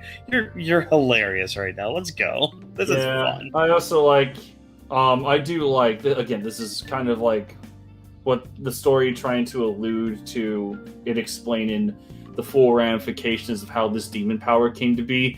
It's like, that does explain a few things if you have demon blood. Unfortunately, we don't get it. And Koenma goes with Yusuke to go to Demon World to finish up the fight with Sensui. This is where another little criticism comes in, where Yusuke goes to Demon World. Sensui's like, what the fuck? Oh, yeah. And unfortunately, Yusuke comes down and is like, you guys really think I will let you finish up the fight for me? It's like, motherfucker! That's what you did. You tism, you. That's what you did for us. I feel like that's a dub, because I feel like there's no way. I would have to reread the manga, but I feel like there's no way that would happen. But, yeah. But speaking of that fight in Demon World, Kurama and Hiei. Round 3. Yeah, Kurama and Hiei get like a good laugh out of it. Oh, yeah. And it's just like, how does it feel to be superior? I love that line from Hiei. And apparently they get stronger from it too. Yeah, and Sensui notes that. It's like, oh my god, it's one thing to be empowered by the loss of your friend. It's even more of a rare thing to be empowered by their return. Koenma, you've made a really good team. Oh god, yes. That quote's engraved. That's such a good line. And then these two have another fight, and it ends up becoming a huge wash. Well, it's when it gets to a certain point. Yeah, it starts out like this equal bout, and Sensui is just like, your power is actually matched mine, and I'm fighting against the Masaku, a beast of legend. And Yusuke's like, I don't feel that different. But it turns out that Sensui still has that experience. He still has that slight edge. Yep. So what happens? Well, it turns out that the demon that started all of Yusuke's lineage is still alive. And it's like, you have no idea how to use my power. Let me show you.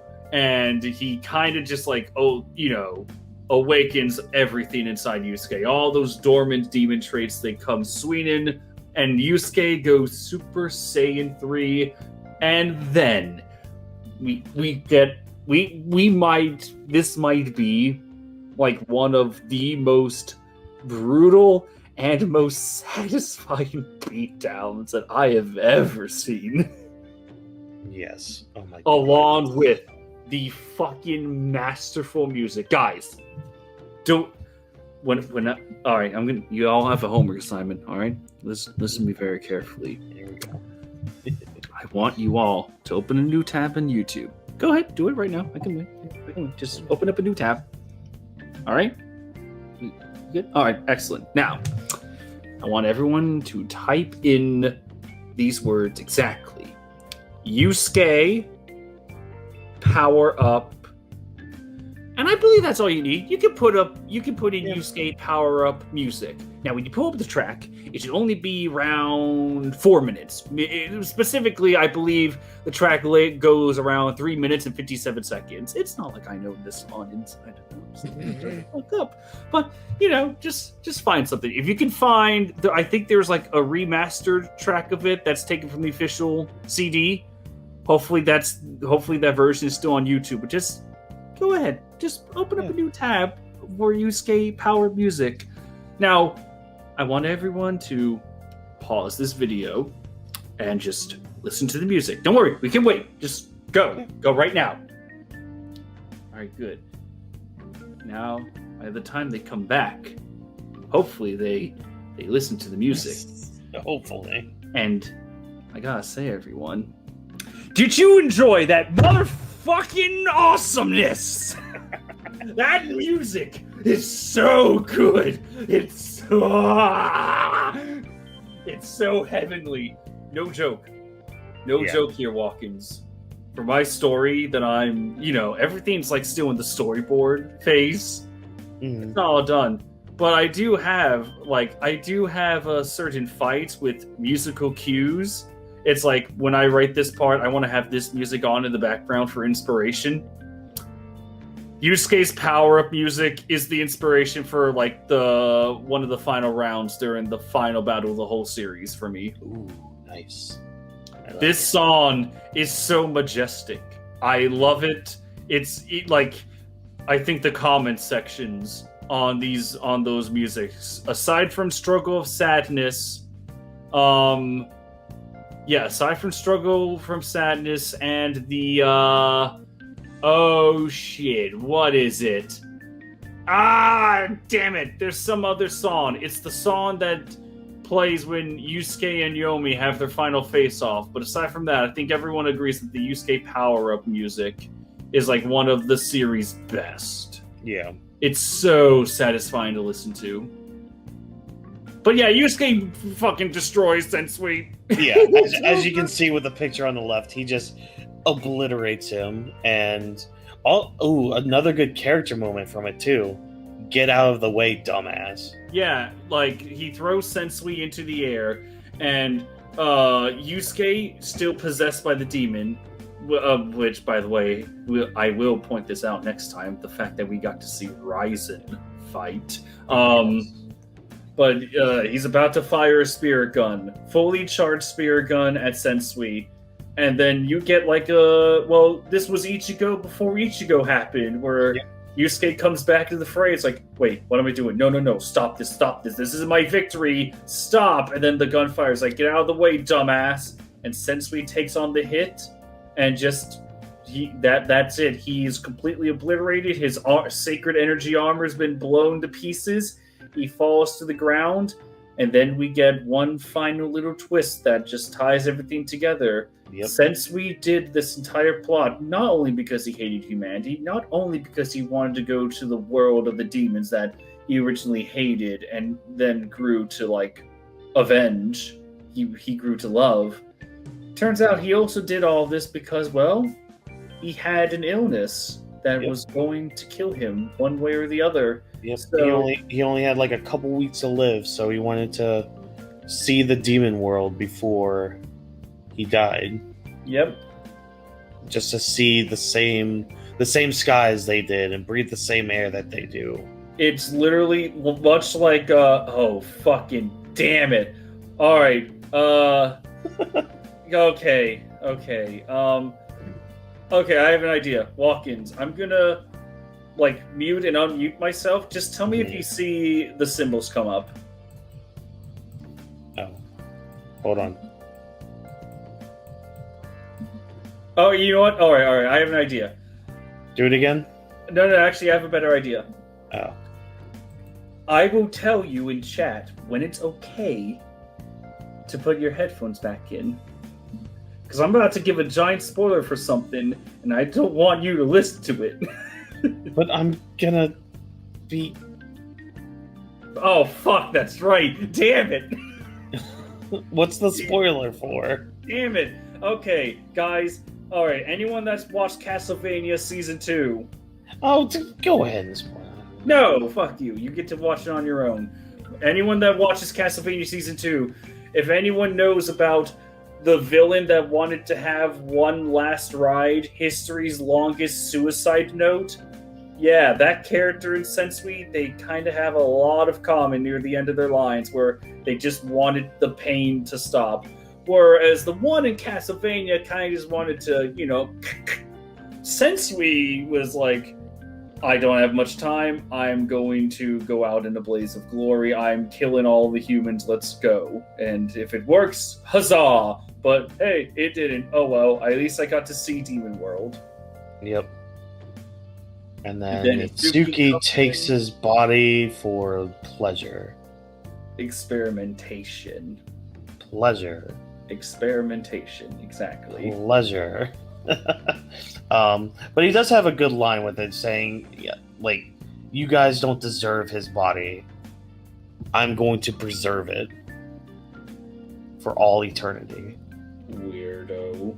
And by preserve, he means putting that P in that B.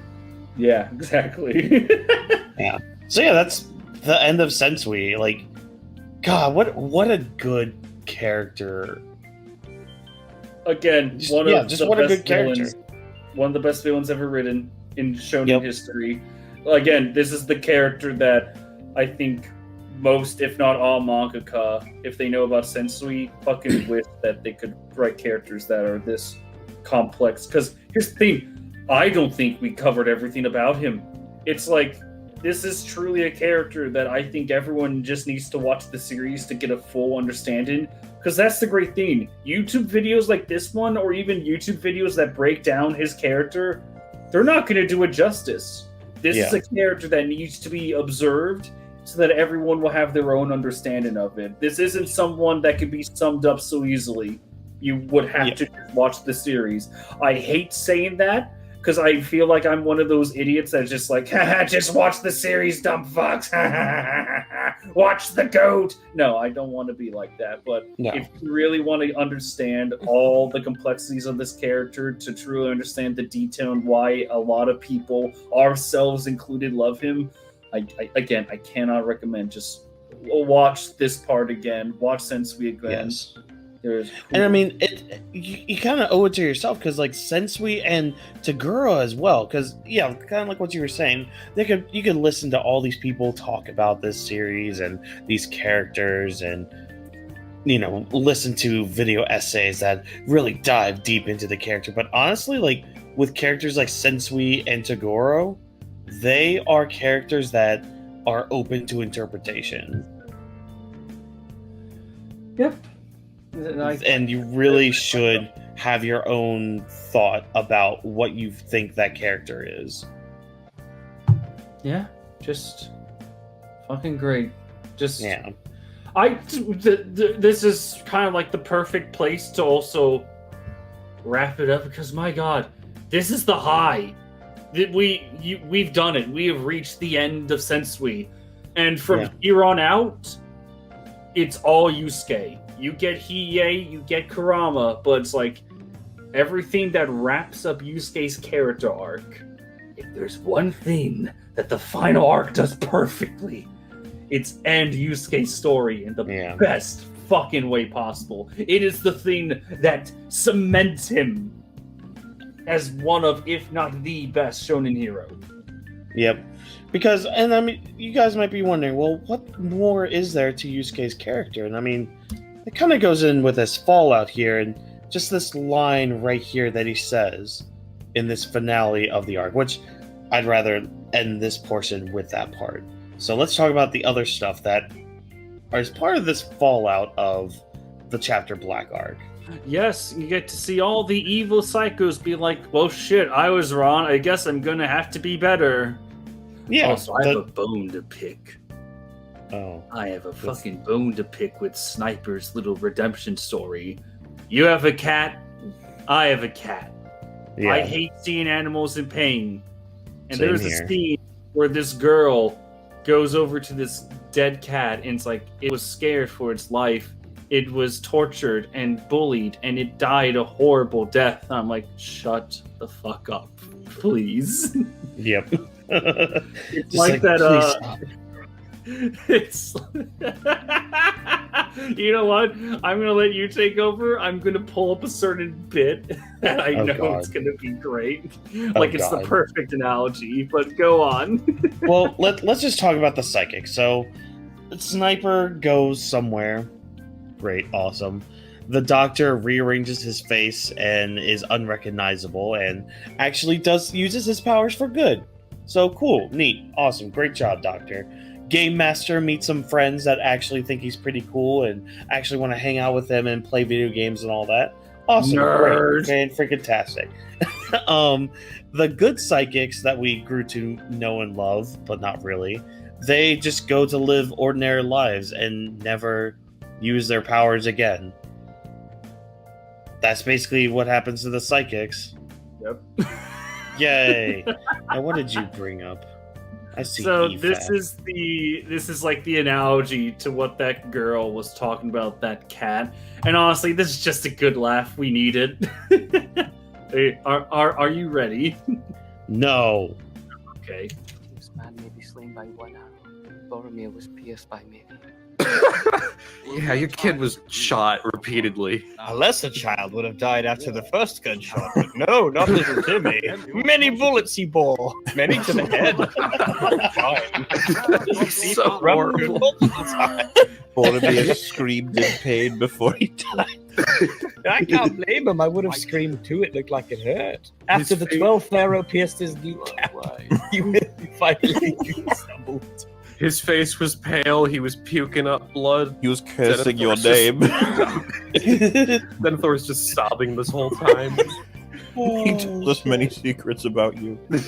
He says it's your fault, Denethor. He wouldn't have been here if you didn't tell him to. That's what it felt like. Yep, that's exactly how it felt like. Let's see. So the psychics all live happily ever after. Koenma doesn't return to Spirit World.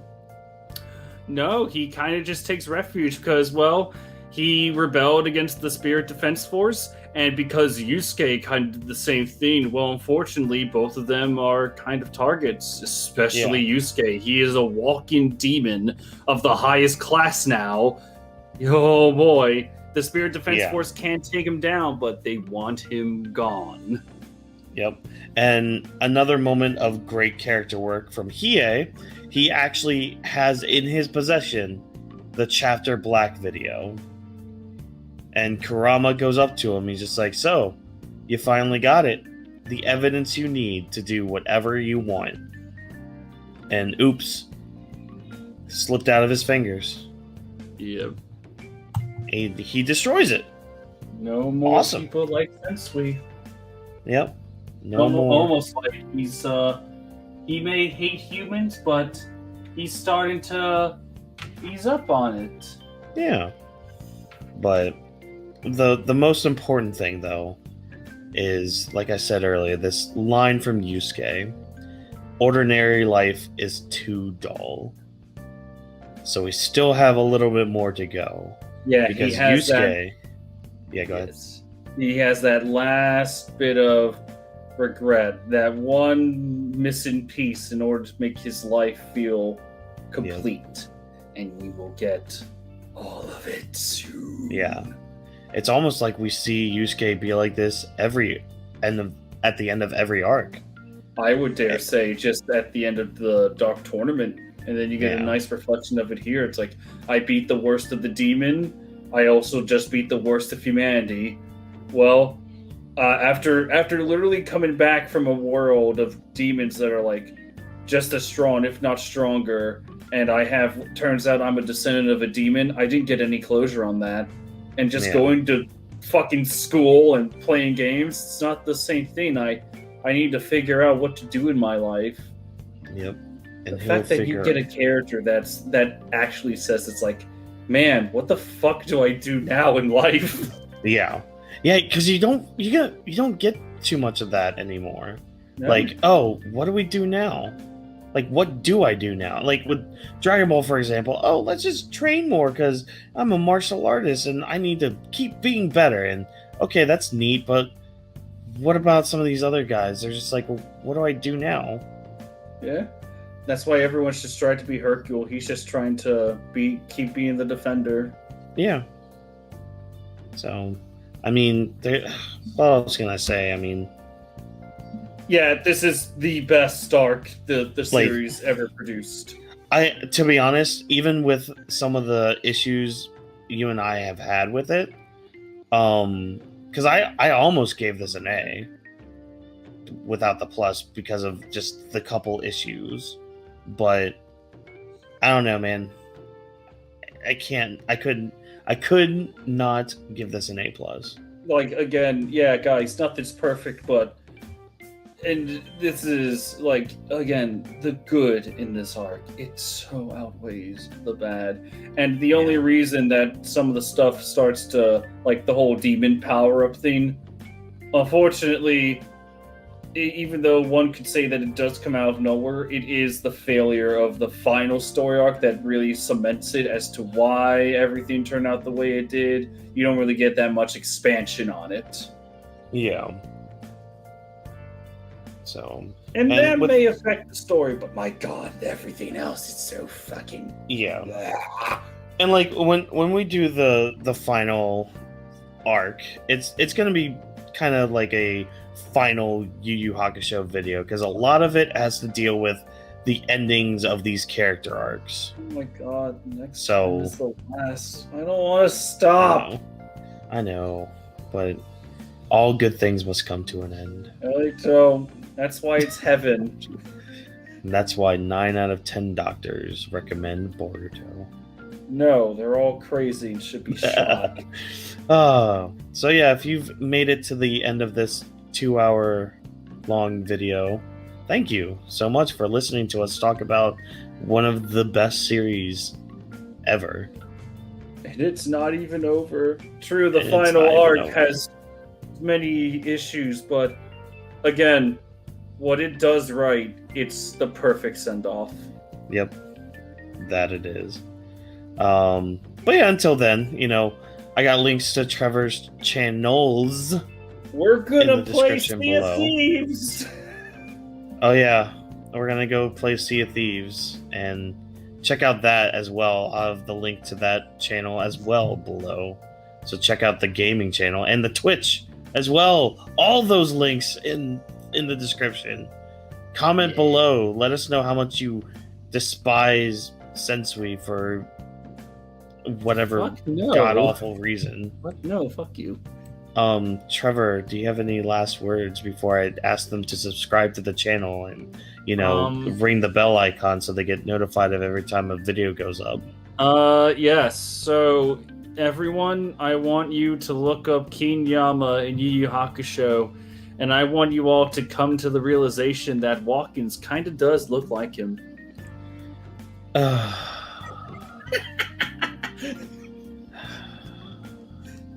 Like, comment, subscribe. Do all that wonderful stuff. Trevor, thanks for coming on again. It's always a pleasure. I hate you. I love you too. Oh. I don't need you. Better things are coming.